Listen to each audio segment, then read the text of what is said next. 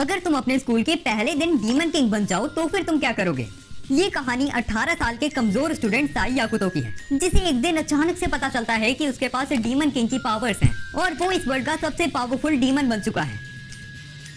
तो कहानी के शुरुआत में हम एक रेलवे स्टेशन को देखते हैं। ट्रेन के अंदर से एक आदमी बाहर आता है और हमें जानने को मिलता है कि इस आदमी का नाम साई याकुतो है। याकुतो अभी कॉन्स्टेंट मैजिक स्कूल में एडमिशन लेने के लिए जा रहा है, लेकिन इसी समय वो देखता है कि एक बूढ़ी औरत का कुछ सामान नीचे गिर जाता है, जिसके बाद वो उस औरत का सारा सामान उठाने में उसकी मदद करता है और वो उस औरत के बैग को उठाने के लिए भी कहता है। लेकिन बूढ़ी अम्मा कहने लग जाती है कि वो अपने बैग को खुद ही उठा लेंगी। और इसी समय हम देखते हैं कि वहाँ पर एक लड़की आती है जो साई याकुतो को देखते ही उसके सिर पे लात मार देती है और हमें जानने को मिलता है कि ये बूढ़ी अम्मा इस लड़की की ग्रैंडमा है और इस लड़की को भी ऐसा लग रहा था कि साई याकुतो इस अम्मा के साथ लड़ रहा था।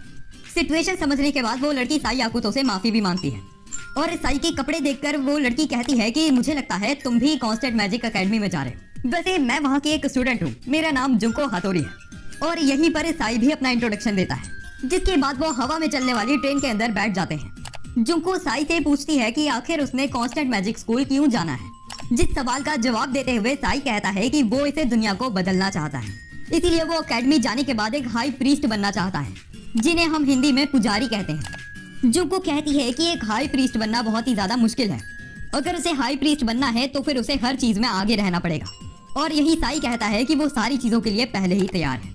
यहीं पर जुंको साई को बताती है कि उसका परिवार एक निंजा क्लैन है, जिनका नाम हातोरी निंजा क्लैन है।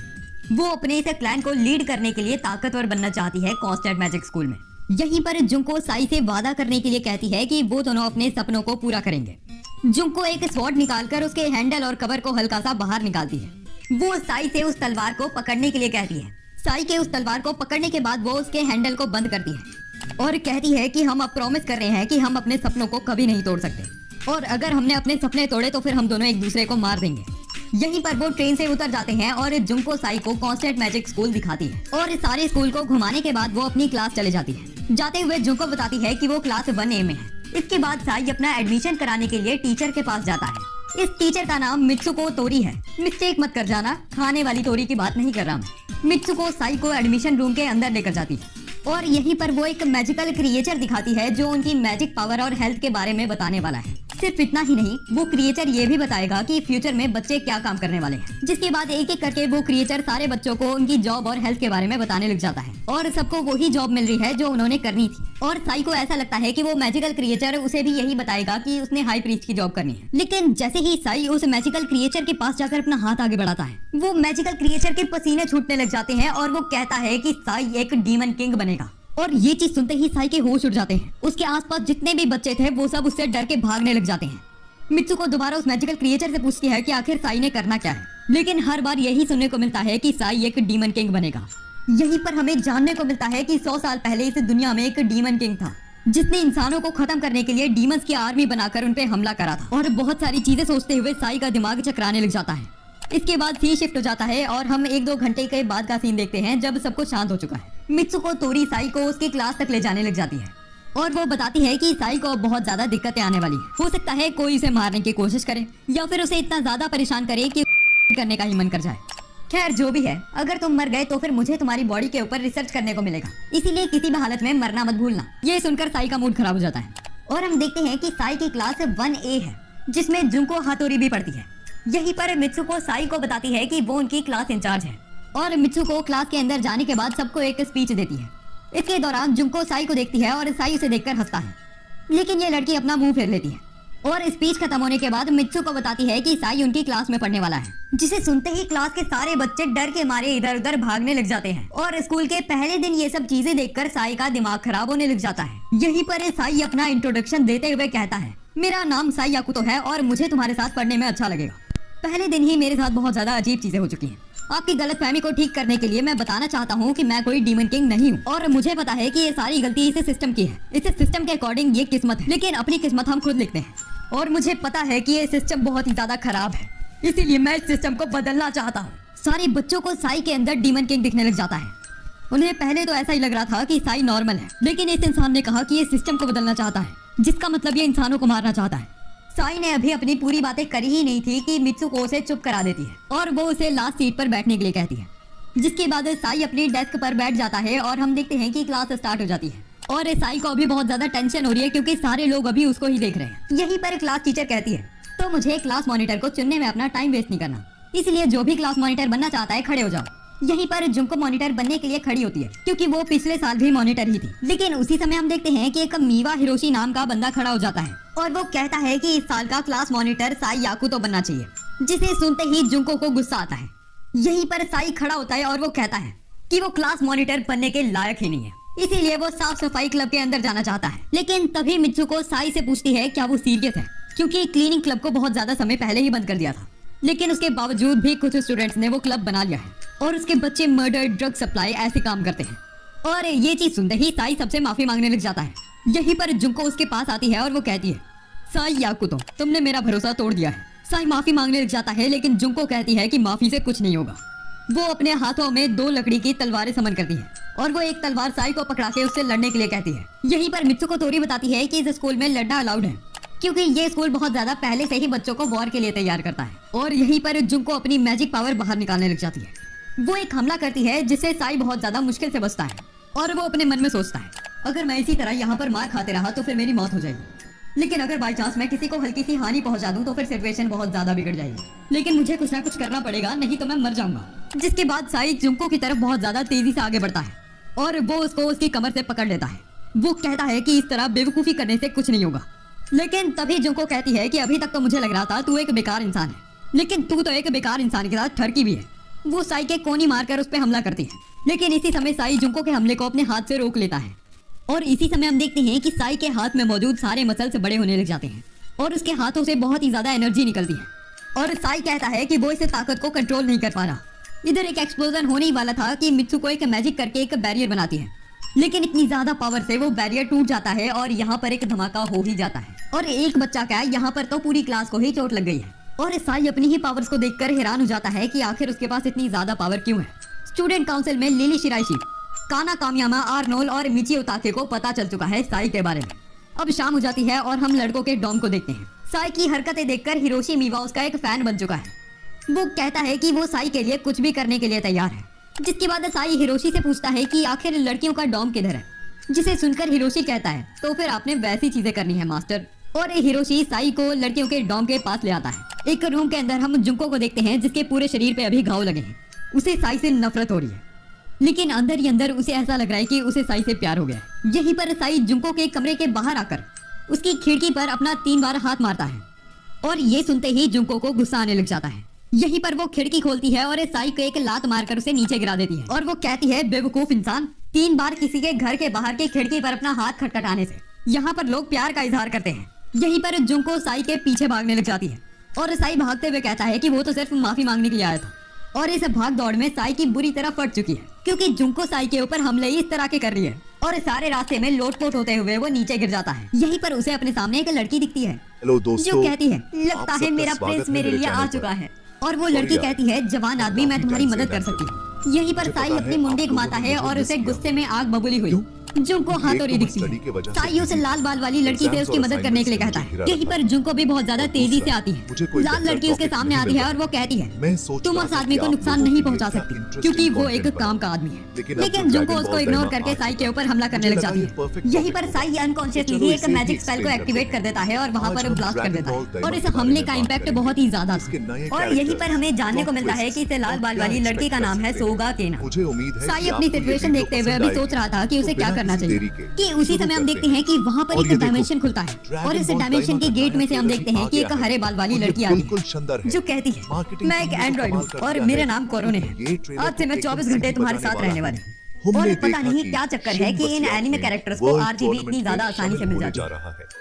सीन स्विच होता है और हम कुछ साल पहले का सीन देखते हैं। एक ऑर्फनेज के अंदर अभी सारे लोग बहुत ज्यादा परेशान हैं क्योंकि एक लड़की रोना बंद कर ही नहीं रही। उस लड़की के पास एक लड़का आता है जो कि साई याकुतो है। वो उसके बाल पकड़ता है और उसे एक हेयर पिन देता है जो कि एक चिड़िया की शेप थी। और इस चीज के बाद साई याकुतो वहाँ से चले जाता है। अब दोबारा सीन शिफ्ट होता है और हम प्रेजेंट में साई सोगा और कोरोने को देखते हैं। हमें जानने को मिलता है कि कोरोने एक एंड्रॉइड जिसका मतलब वो एक ह्यूमन रोबोट है।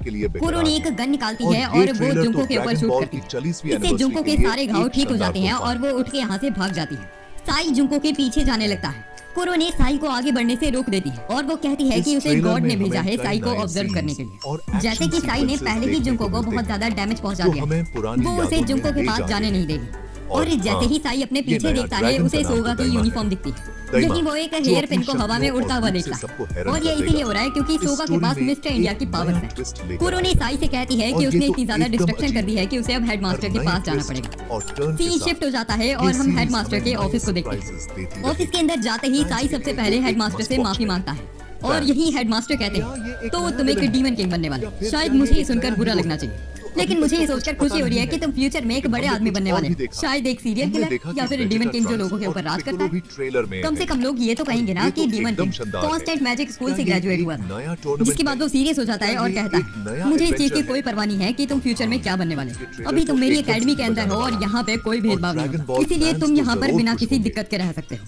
वो हेडमास्टर के ऑफिस के बाहर आ जाते हैं। मित्सुको साई के साथ एक होटल में बैठती है और बात करते हुए साई से पूछती है कि आखिर उसे अपनी बॉडी के अंदर किस तरह के चेंजेस महसूस हो रहे हैं। साई बताता है कि जैसे ही उसने अपने हाथ को थोड़ा सा टेंस करा था, उसे अपने हाथ के अंदर बहुत ही ज्यादा पावर और वेट महसूस हो रहा था। उसे अपना पूरा शरीर भारी लग रहा था और उसके अंदर से बहुत सारी एनर्जी निकल रही थी और वो इतनी ज्यादा एनर्जी थी कि वो उसे कंट्रोल भी नहीं कर पाया। यहीं पर मित्सुको बताती है मैजिक असलियत में और कुछ नहीं होता, बल्कि हमारे अंदर और बाहर की एनर्जी को यूज करना होता है। साई की बॉडी के अंदर बस नॉर्मल लोगों से कहीं गुना ज्यादा मैजिक है, जिसकी वजह से वो नॉर्मल लोगों से अलग हो जाता है और एक डीमन किंग बनता है। और मित्सुको साई को एक डायरी देती है। साई देखता है कि उसे डायरी के अंदर सारे कांस्टेंट मैजिक एकेडमी के स्टूडेंट्स की प्रोफाइल और वो उसे डायरी का यूज करके किसी को भी कॉल कर सकता है। और यहीं पर मित्सुको कहती है साई याकुतो तुम्हें जब भी मरने का मन करे मेरे को कॉल जरूर करना। अब आधी रात हो जाती है और साई अपने कमरे के अंदर जाकर बिस्तर पे लेट जाता है और कोरोने उसकी ऑब्जर्वर है, इसलिए वो उसको कमरे में भी देख रही है। यहीं पर साई कोरोने से भी सोने के लिए कहता है, जिसके बाद वो डोरेमोन की तरह उसे अलमारी में सोने की परमिशन दे देता है और कोरोने अलमारी के अंदर सो जाती है।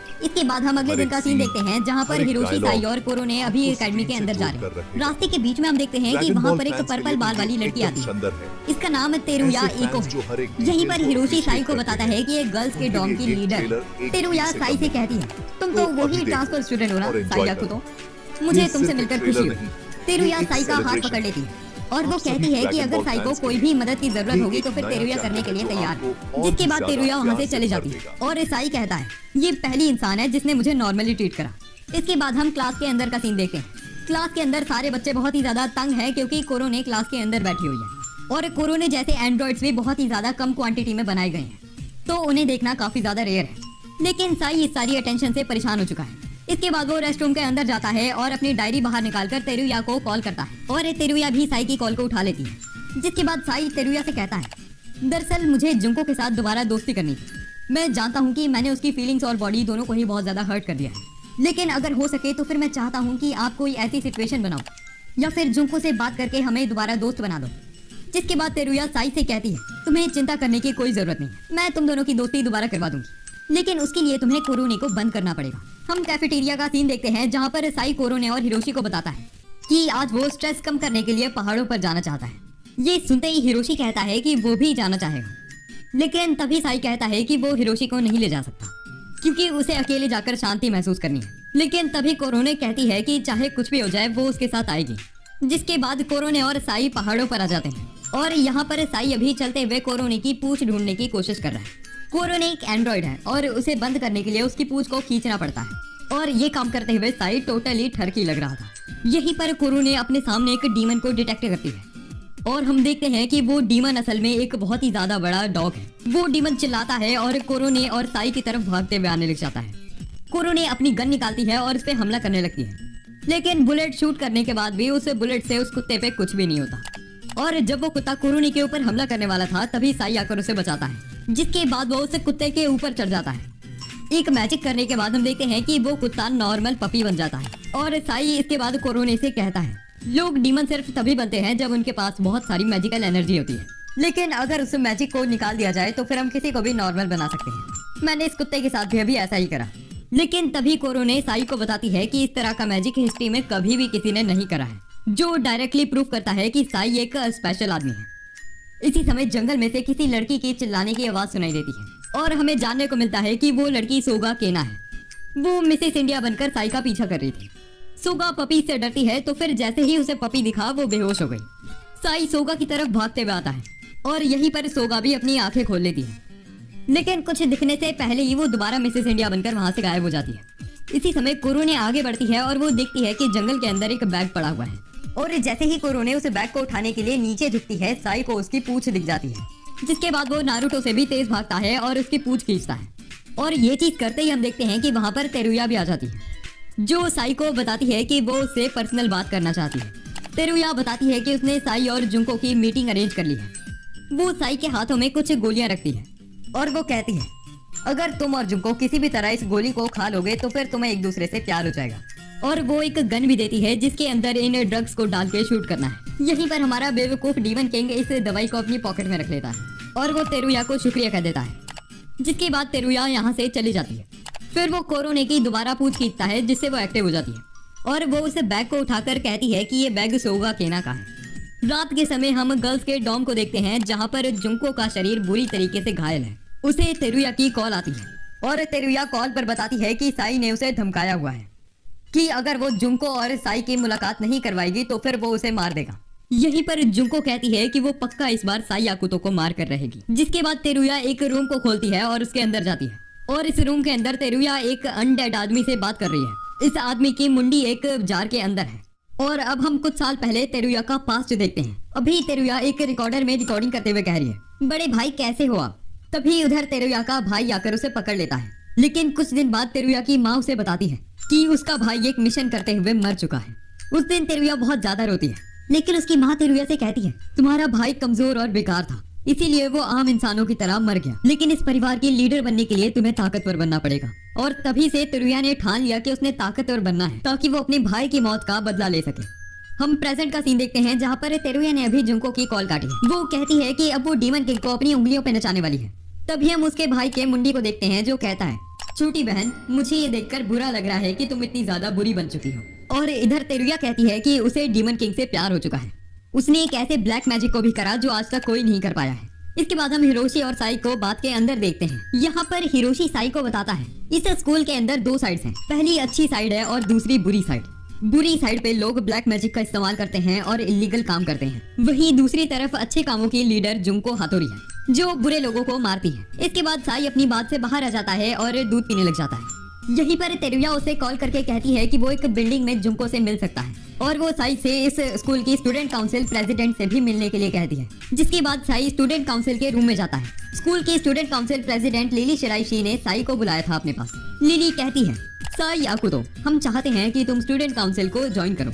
स्टूडेंट काउंसिल के दो काम होते हैं, डिसिप्लिन को मेंटेन करना और स्टूडेंट्स को पनिश करना। और स्टूडेंट्स को पनिश करने के लिए हमारे पास पावर भी होनी चाहिए, और तुम्हारे पास पावर की कोई कमी नहीं है। इसलिए हम चाहते हैं कि तुम स्टूडेंट काउंसिल में डिसिप्लिन कमेटी के मेंबर बनो। और साई लिली के ऑफर को एक्सेप्ट कर लेता है। इसके बाद ये अनाउंस कर दिया जाता है कि साई याकुतो डिसिप्लिन कमेटी का एक मेंबर बन चुका है। लेकिन ये सब देखकर तेरुया अपने मन में कहती है, मेरे प्यारे डीमन किंग, अब तुम मेरे इशारों पर नाचने वाले हो। और क्लासेस खत्म होने के बाद हम साई के रूम के अंदर देखते हैं। अभी साई गन के अंदर ड्रग्स को डाल रहा है और वो कोरोने की पूंछ खींचने की कोशिश करने लग जाता है, क्योंकि वो ये चाहता नहीं है कि ऐसी बातें फैले कि साई याकुतो ने ड्रग्स का इस्तेमाल करा। और वो जैसे ही उसकी पूंछ खींचने वाला था, हम देखते हैं कि वहाँ पर सोगा केना आ जाती है, जो साई के कमरे में आने के बाद राइस क्रैकर खाने लग जाती है। और यहीं पर वो साई को एक राइस कुकर दिखाती है। सोगा बताती है कि उसे चावलों से बहुत ज्यादा प्यार है, लेकिन गर्ल्स के डॉम में राइस कुकर को रखने नहीं देते, तो फिर वो साई के रूम में राइस कुकर को रखना चाहती है। साई सोगा को मना कर देता है, लेकिन सोगा मानती ही नहीं, और वो कहती है कि अगर सारी दुनिया चावल खाएगी तो फिर इस दुनिया में पीस आ जाएगा। तभी कोरो ने एक गन निकालती है और दिखाती है कि इससे हम सबके मुंह में राइस डाल सकते हैं। अब शाम हो जाती है और साई सोगा को बताता है कि उसे अभी होमवर्क करना है, और सोगा उसे डिस्टर्ब कर रही है तो उसे यहाँ से चले जाना चाहिए। जिसके बाद सोगा उठती है और कमरे से बाहर चले जाती है, लेकिन वो राइस कुकर को नहीं लेकर जाती। यहीं पर साई अपने बेड पे दोबारा बैठ जाता है। कोरो ने इधर बिस्तर पे लेटी हुई है और वो कहती है, तो फिर तुम मेरे साथ वो सब चीजें करना चाहते हो। और तभी साई कहता है, शायद हल्की सी, और वो कोरोने की पूंछ खींच देता है, जिससे वो शट डाउन हो जाती है। इसके बाद साई उसी बिल्डिंग के अंदर जाता है जिसमें तेरुया ने उसे जाने के लिए बोला था, और तेरुया ने उसे बिल्डिंग के बेसमेंट में जाने के लिए बोला था, जिसके अंदर एक बहुत ही ज्यादा मोटा गेट लगा है, जिसके बाहर आना या फिर उसे तोड़ना इम्पॉसिबल है। साई उस बेसमेंट के अंदर जाता है और उसे सब कुछ अजीब लगता है, और उसे खून और ड्रग्स की स्मेल भी आती है। इसी समय साई के पीछे कोई आता है और उसके सिर पर एक डंडा मार के उसे बेहोश कर देता है। वो आदमी कहता है, मुझे लगा था कि डीमन किंग को मारना मुश्किल होगा, लेकिन ये तो फट्टू निकला रहे। यहीं पर उधर और भी ज्यादा बच्चे आ जाते हैं, वो भीड़ खड़ी कर लेते हैं और साई को मारने की तैयारी करने लग जाते हैं। एक आदमी साई को एक वेपन से छूता ही है कि साई अपना मैजिक यूज करके उसे करंट मारता है। वो उठ जाता है और कहता है कि उसे पहले यहाँ पर कुछ गड़बड़ लग रही थी। वो मैजिक का इस्तेमाल करता है और उस बच्चे के हाथ को बुरी तरीके से तोड़ मोड़ देता है। इससे वो बच्चा बहुत ही ज्यादा जोर से चीखने लग जाता है और मैजिक का इस्तेमाल करते हुए वो बाकी बच्चों के साथ भी ऐसा ही करने लग जाता है। और साई कहता है कि उसे बस अपनी मैजिक पावर को एक जगह पर कंसंट्रेट करना पड़ता है। यहीं पर बाकी बचे हुए बच्चे साई के ऊपर एक मैजिक अटैक करते हैं जिसे साई बहुत ही ज्यादा आसानी से ब्लॉक कर देता है। इसके बाद साई आगे बढ़ने लग जाता है, लेकिन तभी हम देखते हैं कि वो बच्चे हिरोशी को लाते हैं जिसके पूरे शरीर पे चोटें हैं। उन्होंने हिरोशी को एज अ हॉस्टेज यूज करना है। ये चीज देखने के बाद साई कहता है, पहले मुझे तुम लोगों पर तरस आ रहा था लेकिन अब गुस्सा आ रहा है। और वो मैजिक का इस्तेमाल करते हुए उन सब बच्चों की टांगे मोड़ देता है और बाकी सब बच्चों को वो हवा में उड़ा के नीचे पटक देता है जिससे उनके इंटरनल ऑर्गन से डैमेज हो जाते हैं। और अब बचता है उन सब बच्चों का लीडर जो साई के ऊपर एक अटैक करने ही लगता है कि साई उसे हवा में ब्लॉक कर देता है और वो साइकिक पावर्स का इस्तेमाल करते हुए उस बच्चे को दीवार पर जोर से पटकता है। साई की आवाज हल्की सी बदल जाती है और वो कहता है, लगता है मुझे तुम्हें सबक सिखाना ही पड़ेगा। और वो मैजिक का यूज करते हुए बच्चे की टांग को बहुत ही ज्यादा घुमाने लग जाता है और वो बच्चा जोर से चीखने चिल्लाने लग जाता है। इसी समय यहाँ पर जुनको हाथोरी आ जाती है जो साई से कहती है, तो साई याकुतो, तुमने अपने असली रंग दिखाने शुरू कर ही दिए।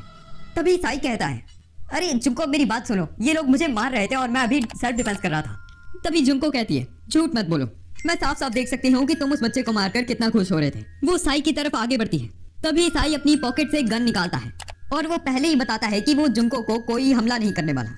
वो अपने हाथ के अंदर ड्रग डालने ही लगता है कि उसकी गन में से ड्रग्स निकलते ही नहीं और वो देखता है कि वो बंदूक खाली है। जुनको एक स्मोक बॉम्ब मारती है और वहां से भाग जाती है, जिसके बाद साई हिरोशी को रेस्क्यू करके यहाँ से चले जाता है। इन सब चीजों को देखते हुए तेरुया अभी बहुत ही ज्यादा अजीब एक्सप्रेशन बना रही है। कमेंट में बताना कि ऐसा एक्सप्रेशन तुमने कब बनाया था। इसके बाद साई हिरोशी को अपने कमरे में लाता है और उस पे मरहम पट्टी करता है और साई कोरोने से माफी भी मांगता है कि उसने कोरोने को शट डाउन कर दिया था। जिसके बाद वो थोड़ा सा हिल गया और उसने ये सब कर दिया और वो बताता है कि वो अपनी टीचर मित्सुको तोरी के पास भी गया था, लेकिन सारी सिचुएशन को सुनने के बाद मित्सुको तोरी ने कहा, अब जब जुनको हातोरी ने तुम्हें ये सब करते हुए देख लिया है वो तुम्हारे ऊपर हमला करेगी और मुझे बड़ी खुशी होगी अगर तुम इस लड़ाई में मर गए। यही दूसरी तरफ हम जुनको को देखती है जो अभी अपने हथियारों को तैयार कर रही है।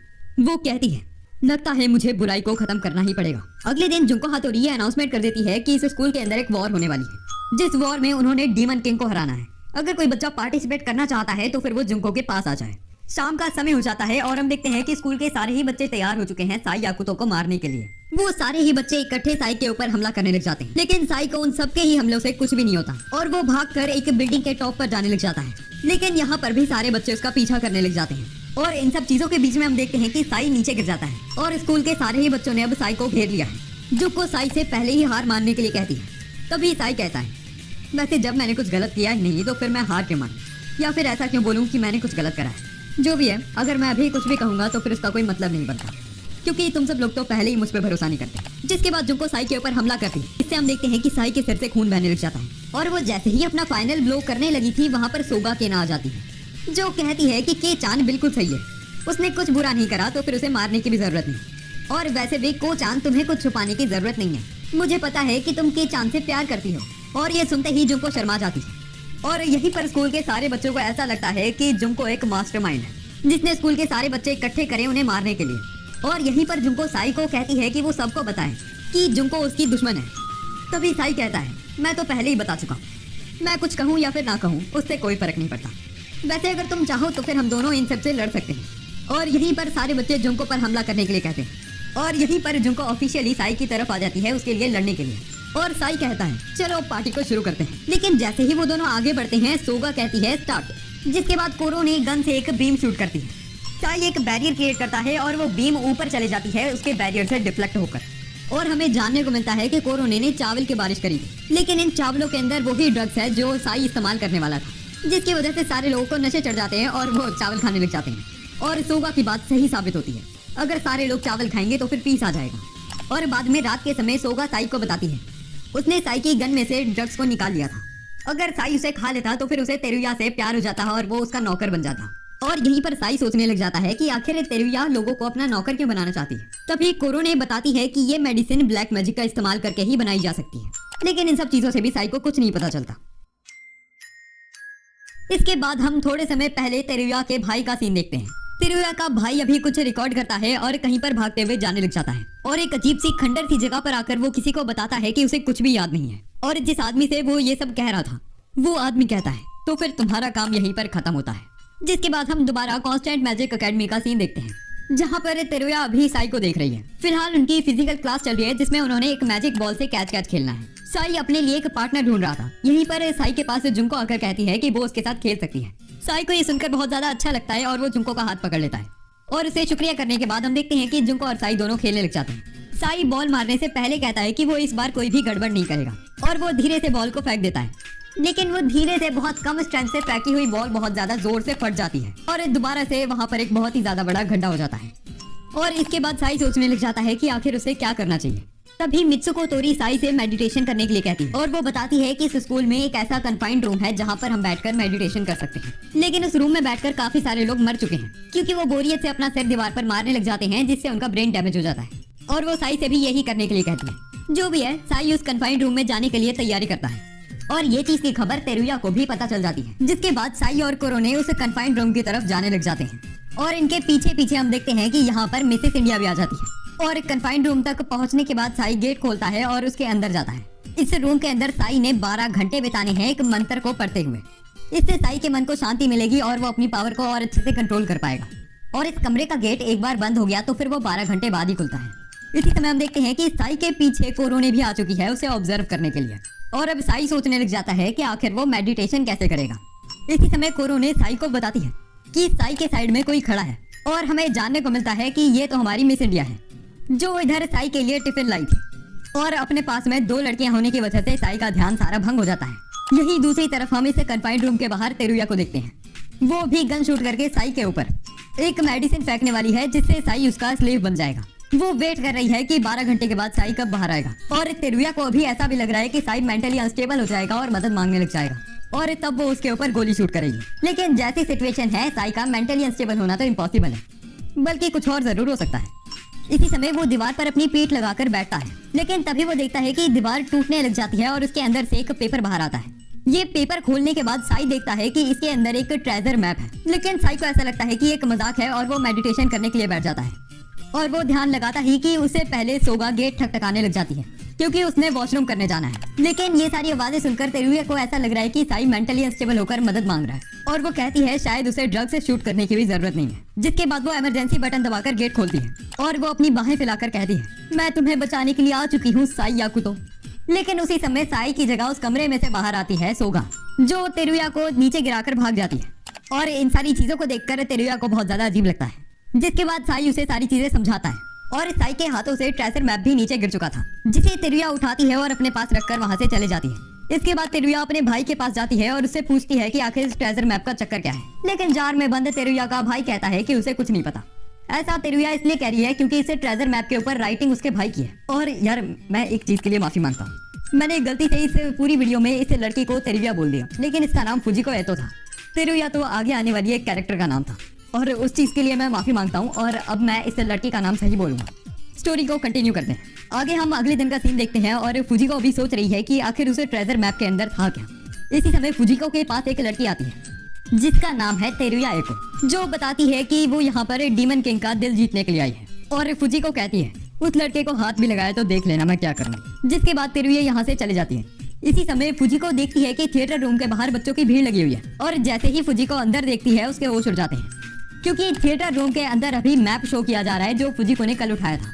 और जैसे ही वो अपने कमरे के अंदर जाती है उसे अपना मैप नहीं मिलता और हम देखते हैं कि पूरे स्कूल के अंदर ही मैप लगा दिया गया है जिसे देखकर साई को भी बहुत ज्यादा अजीब लगता है। लेकिन उसी समय फुजिको वहां पर आकर साई से कहती है इन सारी चीजों का क्या मतलब है राक्षस की औलाद। और पूरे स्कूल को घूमने के बाद कोरोने साई और फुजिको को दिखाती है कि असलियत में सोगा केना इन सारे मैप को लगा रही है जिसे देखकर फुजिको को बहुत ज्यादा गुस्सा आता है। और यहीं पर हम देखते हैं कि स्कूल के अंदर कुछ घायल लोग आते हैं। ये वो स्टूडेंट्स हैं जो उस मैप पे लिखी हुई लोकेशन पर गए थे और वो बच्चे बताते हैं कि उस मैप की लोकेशन पर बहुत ही ज्यादा डीमंस हैं। स्टूडेंट काउंसिल प्रेसिडेंट भी अभी साई से कह रही है कि वो इन सारी चीजों को सॉल्व करे। अगर साई सारे बच्चों से बोल देगा कि वो बच्चों को पनिश करेगा जो भी उस लोकेशन पर जाने की कोशिश करेगा तो फिर और बच्चे उस लोकेशन पर नहीं जाएंगे। इसके बाद स्कूल में एक इमरजेंसी मीटिंग ऑर्गेनाइज करी जाती है। सारे बच्चों को साई बताता है कि अगर कोई भी उसे ट्रेजर मैप की लोकेशन पर जाने की कोशिश करेगा तो फिर साई उन्हें पनिश करेगा। लेकिन सारे बच्चों को ऐसा लगने लग जाता है कि वो मैप से साई नहीं लगाए हैं और सारे बच्चे साई से उस लोकेशन पर जाने के लिए कहने लग जाते हैं। और साई अभी कुछ बताने ही लगता कि वो सारे बच्चे साई के ऊपर कूड़ा फेंकते हैं। उन्हें ऐसा लग रहा है कि साई ने ही उस ट्रेजर मैप की लोकेशन पर डीमन छोड़े हैं। यहीं पर तेरुया एको भी जोर से भागते हुए आती है और साई के ऊपर चढ़ जाती है और वो साई से उसे ट्रेजर मैप की लोकेशन पर जाने के लिए कहती है। और अब सारे ही बच्चे इस चीज के लिए चीखने चिल्लाने लग जाते हैं। तो फिर साई इस ऑफर को एक्सेप्ट कर लेता है और इस जर्नी पर जाने के लिए फूजी को दोबारा साई को एक गोली देती है खाने के लिए। हाँ, वो बात अलग है कि साई को फूजी को की गोलियों पर अब भरोसा नहीं है। जिसके बाद साई, हिरोशी और कोरोने तैयार हो जाते हैं उसे लोकेशन पर जाने के लिए। इसी समय दोबारा साई के सिर के ऊपर चढ़ जाती है तेरुया और वो साई से उसे भी ले जाने के लिए कहने लग जाती है। जिसके बाद ये चारों लोग ट्रेजर मैप की लोकेशन पर जाने लगते हैं और उन्हें अपने सामने एक खंडर दिखता है जो देखने से ही बहुत ही ज्यादा बड़ा लग रहा है। इसके बाद वो सारे लोग उस खंडर के अंदर जाते हैं और वो कोई नॉर्मल खंडर नहीं है, उसके अंदर एक डंजन भी है। और वो जब उस डंजन के अंदर आगे बढ़ते हैं उन्हें बहुत सारी कब्रें दिखती हैं। ये कब्रें उन लोगों की है जो यहाँ पर आकर मरे हैं। इसी समय साई अपनी गन बाहर निकाल लेता है और वो सारे लोगों से उसके पीछे कवर लेने के लिए कहता है। यहाँ पर एक अजीब सा तूफान आ रखा है। सीन शिफ्ट होता है और हम अकेडमी के गर्ल्स के डॉम को देखते हैं। यहाँ पर जुंको अभी रूम्स को चेक कर रही है। उसे इधर सोगा केना का रूम मिलता है जिसे जुंको उठाती है और उससे पूछती है कि साई कहाँ पर है। जिसके बाद सोगा बताती है कि साई उस अजीब से ट्रेजर मैप वाली लोकेशन पर गया है। जिसके बाद जुंको भी वहाँ पर जाने के लिए रवाना हो जाती है। सीन शिफ्ट होता है और हम देखते हैं कि तेरुया उस बवंडर से लड़ने के लिए तैयार हो चुकी है। वो पहले अटैक में उस बवंडर को काट देती है लेकिन वो दोबारा जुड़ जाता है और वो बवंडर तेरुया पे हमला करके उसके कुछ कपड़े फाड़कर उसे फेंक देता है। तेरुया साई के पैरों में पड़ जाती है और उससे बदला लेने के लिए कहती है। और हाँ, ये प्योर एक्टिंग है। लेकिन साई को ये सब सच लगता है और वो उस बवंडर के ऊपर एक गोली शूट करता है और हम देखते हैं कि उस बवंडर के अंदर से बहुत सारे चमगादड़ बाहर निकलते हैं। और यही तेरुया भी बताती है कि वो तो बस एक्टिंग कर रही थी, उसने साई की पावर को अपनी आंखों से देखना था। यहीं पर साई नीचे गिर जाता है और वो एक अलग रंग की कबर के ऊपर यामाता बोइचिरो नाम के एक आदमी का नाम देखता है और वो देखता है कि उस कबर के नीचे एक छेद है और उस छेद के अंदर एक रिकॉर्डर है और उस रिकॉर्डर में फुजिको के भाई ने रिकॉर्डिंग करी है। यहीं पर हमें जानने को मिलता है कि फुजिको साई के ऊपर नजर रख रही थी एक कैमरा से और ये रिकॉर्डर देखकर फुजिको सबसे पहले अपने अनडेड भाई से पूछती है कि आखिर ये वहाँ पर क्यों पड़ा है। लेकिन तभी उसका भाई कहता है कि उसे दरअसल कुछ याद नहीं और फुजिको को ये सब चीजें देखकर रोना आने लग जाता है। सी शिफ्ट होता है और हम जुंको हाथोरी को भागते हुए देखते हैं। भागते हुए जुंको एक गड्ढे में गिर जाती है। दोबारा से सी शिफ्ट होता है और हम साई, तेरुया, हिरोशी और कोरोने को देखते हैं। वो इस डंजन के अंदर आगे बढ़ते हुए एक खंडर सी सिटी के अंदर आ जाते हैं। यहाँ पर उन्हें एक बहुत ही ज्यादा पुराना कैसल दिखता है। वो सारे लोग उस कैसल के अंदर जाते हैं और उन्हें स्टील के बने हुए बहुत सारे गार्ड्स दिखते हैं और हिरोशी इन सब गार्ड्स को देखकर डरने लग जाता है और उसे ऐसा लगता है कि ये सब हिल सकते हैं। लेकिन उसी समय साई बताता है कि ये सब तो पुतले हैं। पर तभी एक गार्ड जिंदा हो जाता है और उन पे हमला करना शुरू कर देता है। साई गन निकालता है और उसके ऊपर हमला करता है लेकिन उस गार्ड पे इस अटैक का कोई असर नहीं होता। और इसी समय हम देखते हैं कि हिरोशी भी एक वेपन निकालकर उस गार्ड पे हमला करने की कोशिश करता है लेकिन वो गार्ड उसे पीट देता है। उस गार्ड ने अभी हिरोशी के ऊपर हमला करा ही था कि उसी समय साई उसके वेपन को 2 उंगलियों से पकड़ लेता है और वो उसे विदाउट एनी एफर्ट पटक देता है। इस चीज के बाद वो गार्ड यहाँ से भाग जाता है। यहाँ पर जो सब हुआ उन्हें समझ तो नहीं आया लेकिन साई हिरोशी को ये जरूर समझाता है कि अगर वो अपने से ताकतवर ओपोनेंट से इस तरह लड़ते रहा तो फिर वो एक दिन मर जाएगा। लेकिन हिरोशी कहता है कि वो साई की मदद करना चाहता था। यहीं पर तेरुया वहाँ पर एक वीडियो प्लेयर को देखती है। वीडियो प्लेयर में एक अजीब सी केव की रिकॉर्डिंग है जिसका नाम लाइमस्टोन केव है। इसी समय कोरो ने एक केव्स को ढूंढने वाले टूल को निकालती है और वो लाइमस्टोन केव को ढूंढने लग जाते हैं। ज्यादा समय जाया करे बिना उन्हें लाइमस्टोन केव मिल जाती है और वो उसके अंदर जाने लग जाते हैं। थोड़ा डिस्टेंस कवर करने के बाद वहाँ पर एक हॉट स्प्रिंग आ जाती है और साई अपने कपड़े उतार के उस हॉट स्प्रिंग में जाने लग जाता है। यहीं पर उसके पीछे तेरुया भी आ जाती है और वो कहती है कि उसने भी देखना है कि आगे क्या है। और हमें ये भी जानने को मिलता है कि जुंको इसी हॉट स्प्रिंग के अंदर गिर गई थी। जुंको अभी रिलैक्स कर रही थी कि उसे कुछ महसूस होता है। दूसरी तरफ साई अपने सामने एक टेंपल देखता है। उस टेंपल के ऊपर एक बीस्ट है जो आकर उनके ऊपर हमला करने लगता है। साई एक मुक्का मारता है उसके ऊपर लेकिन उससे भी उस बीस्ट को कुछ नहीं होता। वो बीस्ट साई को काटता है लेकिन इंजरी सीरियस होने से पहले वो बीस्ट बेहोश हो जाता है। यहीं पर तेरुया उसे टेंपल के गेट के नीचे देखती है एक चाबी को जिसे वो साई की तरफ फेंक देती है। और हाँ यार, मुझसे प्लीज ये मत पूछना कि आखिर ये सिचुएशन किस तरह हुई। अगर तुम फिर भी जानना चाहते हो तो फिर भी मैं तुम्हें नहीं बताऊंगा। खुद ही सोचते रहो कि आखिर इस आदमी के पास ये दोनों बंदियां इस हालत में कैसे आई। और यहीं पर साई देखता है कि ये सब चीजें फुजिको और सोगा ने करी थी। उसने एक ड्रग का यूज करा था उसे बीस्ट को सुलाने के लिए। जिसके बाद वो उन सारी चीजों को फुजिको को दिखाते हैं जो उन्होंने अभी ऑब्टेन करी और फुजिको बताती है कि ये सारी चीजें उसके भाई की ही हैं। जिन सारी चीजों को बाकी सब लोग नहीं समझ पाए थे उन्हें फुजिको समझती है और एक जगह पर जाके खड़ी हो जाती है। वहाँ पर वो उसे चाबी को घुमाती है। फिर वो यहाँ से गायब हो जाती है और उसके नीचे एक पोर्टल खुल जाता है। शायद इस चीज को मैजिक सर्कल कहना ज्यादा सही होगा। फुजिको के जाने के बाद बाकी सब लोग भी उस मैजिक सर्कल पे खड़े होते हैं और एक जगह पर पहुंच जाते हैं। और जैसे ही वो लोग आगे बढ़ते हैं उनके सामने लिली शिराइशी आ जाती है जो कहती है कि गेम क्लियर करने के लिए आपको कॉन्ग्रेचुलेशंस। ये चीज सुनकर सारे लोग हक्के बक्के रह जाते हैं। जिसके बाद लिली बताती है कि उसने एक गेम बनाई थी। उस ट्रेजर मैप में बस इस गेम की ही लोकेशन थी और वो दिखाती है कि इस गेम में हर कोई स्टूडेंट काउंसिल का ही था। और यहीं पर वो साई से कहती है कि अब जब तुमने गेम पास कर ली है तो फिर मैं तुम्हें किस देने वाली हूँ। लेकिन इसी समय फुजिको आगे भागने लग जाती है।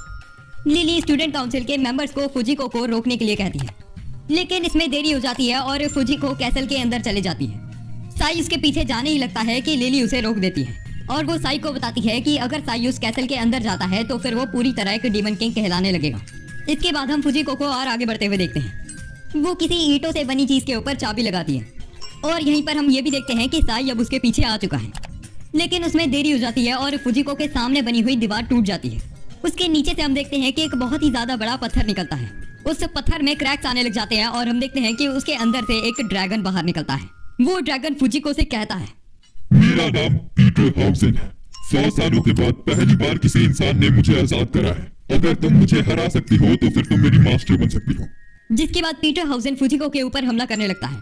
साई बचाने के लिए आगे बढ़ता है, लेकिन उसी समय हम देखते हैं कि वहाँ पर लिली शिराइशी उसे दोबारा रोकने के लिए आ जाती है। इसी समय ये सारी चीजें देखते हुए सोगा केना जोर से चीखने चिल्लाने लग जाती है और रोने लग जाती है। और बाकी मुझे याद नहीं कि इस औरत ने क्या कहा था, लेकिन उसने जो भी कहा था उससे पीटर हाउसेन के अंदर एक कंप्यूटर चलने लग जाता है और वहाँ से फुजिको के मन में एक वीडियो चलती है जिसमें वो एक अजीब से आदमी को देखती है। उसका भाई उस आदमी से कह रहा है कि मैं सब कुछ भूल चुका हूँ। अगर उससे पहले का सीन देखें तो फिर उसने कुछ रिकॉर्ड करा था, एक वीडियो प्लेयर को एक ड्रॉर में रखा था और चाबी को भी छुपाया था। इसके बाद फुजिको का भाई कहता है, मैंने वो सब कर दिया है जो तुमने मुझे करने के लिए कहा था, लेकिन मुझे कुछ याद नहीं आ रहा। जिसके बाद सफेद कपड़ों वाले आदमी ने फुजिको के भाई को मार दिया और ये वीडियो अपने दिमाग में देखने के बाद फुजिको रोने लग जाती है। यहीं पर साई आगे बढ़ने लग जाता है और लिली उसे रोकती है। लेकिन अब साई कहता है, मुझे परवाह नहीं कि मेरे साथ क्या होगा, लेकिन मैं अपने दोस्त को इस तरह मरते हुए नहीं देख सकता, इसीलिए अब मैं आगे जा रहा हूँ। यहीं पर कोरो ने हिरोशी को दूर ले जाने लग जाती है और साई जुंको कभी पीछे हटने के लिए कहता है। लेकिन इन सारी चीजों को रोकने के लिए लिली अपनी पावर यूज करती है और लूफी के हाथों से साई को मारती है और वो उसके पेट में भी एक घुसा मारती है जिससे साई खून की उल्टियां करने लगता है। पर इसी समय वो अपनी पावर्स का यूज करता है और उसके ऊपर हमला करता है, जिसे एक अटैक से ही लिली ढेर हो जाती है। इसके बाद साई आगे बढ़ने लग जाता है और साई फुजिको के सामने जाकर पीटर हाउसेन के ऊपर हमला करने लग जाता है। यहीं पर पीटर हाउसेन कहता है, लगता है इतने सालों बाद मुझे अब कोई ताकतवर आदमी मिल ही गया। जिसके बाद साई अपनी पावर्स को अनलीश करता है और हवा में कूदता है और वो बहुत ही ज्यादा हाई स्पीड से पीटर हाउसेन के सिर के ऊपर एक पंच मारता है, जिससे पीटर हाउसेन और साई दोनों ही ढेर हो जाते हैं। और पीटर हाउसेन कहता है, तुमने ये साबित कर दिया है कि तुम मेरे मास्टर बन सकते हो। और वो ये भी बताता है कि उसके पिछले मास्टर डीमन किंग थे। हाँ, लेकिन साई बोल देता है कि उसने पीटर हाउसेन का मास्टर नहीं बनना। लेकिन थोड़ा सा सोचने के बाद वो कहता है कि तुम्हारा मास्टर बनने में मुझे कोई दिक्कत भी नहीं। और पीटर हाउसेन बताता है कि एक बार साई ने उसके ऑफर को एक्सेप्ट कर लिया तो फिर वो ऑफिशियली डीमन किंग बन जाएगा। और ऑफर एक्सेप्ट करने के बाद साई ऑफिशियली डीमन किंग बन जाता है। और देखो यार, तुम भी अभी तक समझ गए होगे कि ये एनीमे एक एची और हारेम एनीमे है। लेकिन यार ये इंपॉर्टेंट नहीं होता कि तुम बस लड़कियां चेपते ही जाओ मेन कैरेक्टर के ऊपर। और यार मैंने फूड वॉर्स जैसा एक बहुत ही ज्यादा अच्छा एची एनीमे भी देखा है जिसमें फैन सर्विस बहुत ही ज्यादा कंट्रोल्ड और लिमिटेड है, लेकिन इस शो में हर जगह बस लड़कियां दिखाने की इन्हें चुल मची हुई है। जो भी है, कहानी को कंटिन्यू करते हैं। सीन स्विच होता है और हम कुछ समय बाद का सीन देखते हैं जहां पर कोरोने को गवर्नमेंट ऑफिसर्स बता रहे हैं कि कोरोने को अपने प्यार के जाल में साई को फंसाना है ताकि वो साई के माइंड को कंट्रोल कर सके। लेकिन अगर ऐसा नहीं होता तो फिर कोरोने को डिस्ट्रॉय कर दिया जाएगा। इसके बाद हम बीच का सीन देखते हैं। आज बीच पे साई और उसके दोस्त आए हैं, जिसके बाद साई बताता है कि उसके टीचर ने उसे बीच जाने के लिए मना करा था। लेकिन साई ने जब ये चीज कोरोने को बताई तब उसने कहा कि वो साई को बीच पे भेजने के लिए सारी अरेंजमेंट खुद कर देगी। और एक बार तो उसने मेरे वहां पर मार दिया जहां पे नहीं मारना चाहिए था, जिसकी वजह से मैं बेहोश हो चुका था। और प्रेजेंट में भी हम देखते हैं कि वो एक अजीब हरकत ही कर रही है। और बीच पे मजे करने के बाद सारे लोग आइलैंड को घूमने लग जाते हैं। फिलहाल ये सारे लोग एक स्कूल ट्रिप पे आइलैंड के ऊपर आए हैं जहाँ पर बीच भी है। और पता नहीं क्यों लेकिन साई को एक अजीब ऑरा महसूस हो रहा है इस आइलैंड से। और यहीं पर साई देखता है कि हिरोशी अकेला कहीं पर जा रहा है, जिसके बाद वो हिरोशी से पूछता है कि आखिर चक्कर क्या है। बड़े हताश, परेशान और मायूस लग रहे हो तुम। जिसके बाद हिरोशी बताता है कि इस आइलैंड पे उसका परिवार रहता है, तो बस वो अपने परिवार से ही मिलने के लिए जा रहा है। और वो एक और चीज बताता है कि इस गाँव में एक चीज मानी जाती है, एक दिन इस गाँव में एक राक्षस आएगा जिसे हीरो हराएगा और वही हीरो डीमन किंग को भी मारेगा। जिसे सुनकर साई चौकन्ना हो जाता है और वो हिरोशी से भी पूछ ही रहा है कि आखिर वो इतना ज्यादा दुखी क्यों है फिर। और तभी हिरोशी साई से कहता है, तुम कुछ नहीं समझ सकते, तुम्हें नहीं पता मेरी क्या दिक्कत है। तुम ताकतवर हो, तुम मेरे जैसे कमजोर इंसान नहीं हो। और वो ये सब बोल के यहाँ से भाग जाता है। जिसके बाद हम एकेडमी के डॉम में सारे बच्चों और टीचर्स को टल्ली हुआ देखते हैं। साई उठता है और एकेडमी के डॉम से बाहर जाने लग जाता है। कुरोने उसे पूछती है कि आखिर क्या हुआ, जिसके बाद साई बताता है कि वो हिरोशी से बात करने के लिए जा रहा है। यहीं दूसरी तरफ हम फुजिको को पीटर हाउसेन के पास देखते हैं। फुजिको के पास लिली शिराइशी आती है और वो फुजिको को बताती है कि अब जब साई याकुतो डीमन किंग बन चुका है, उसको मारने के लिए सरकार ने कुछ सुपर एजेंट्स निकाले हैं जिनका नाम साइमो 7 है। मैं चाहती हूँ कि तुम साई याकुतो के पास ये मैसेज पहुंचा दो कि वो चौकन्ना रहे। जिसके बाद लिली यहाँ से चले जाती है। यहीं पर फुजिको साई को कॉल करने लग जाती है, लेकिन कॉल कनेक्ट नहीं होती। जिसके बाद वो सोगा को कॉल करती है।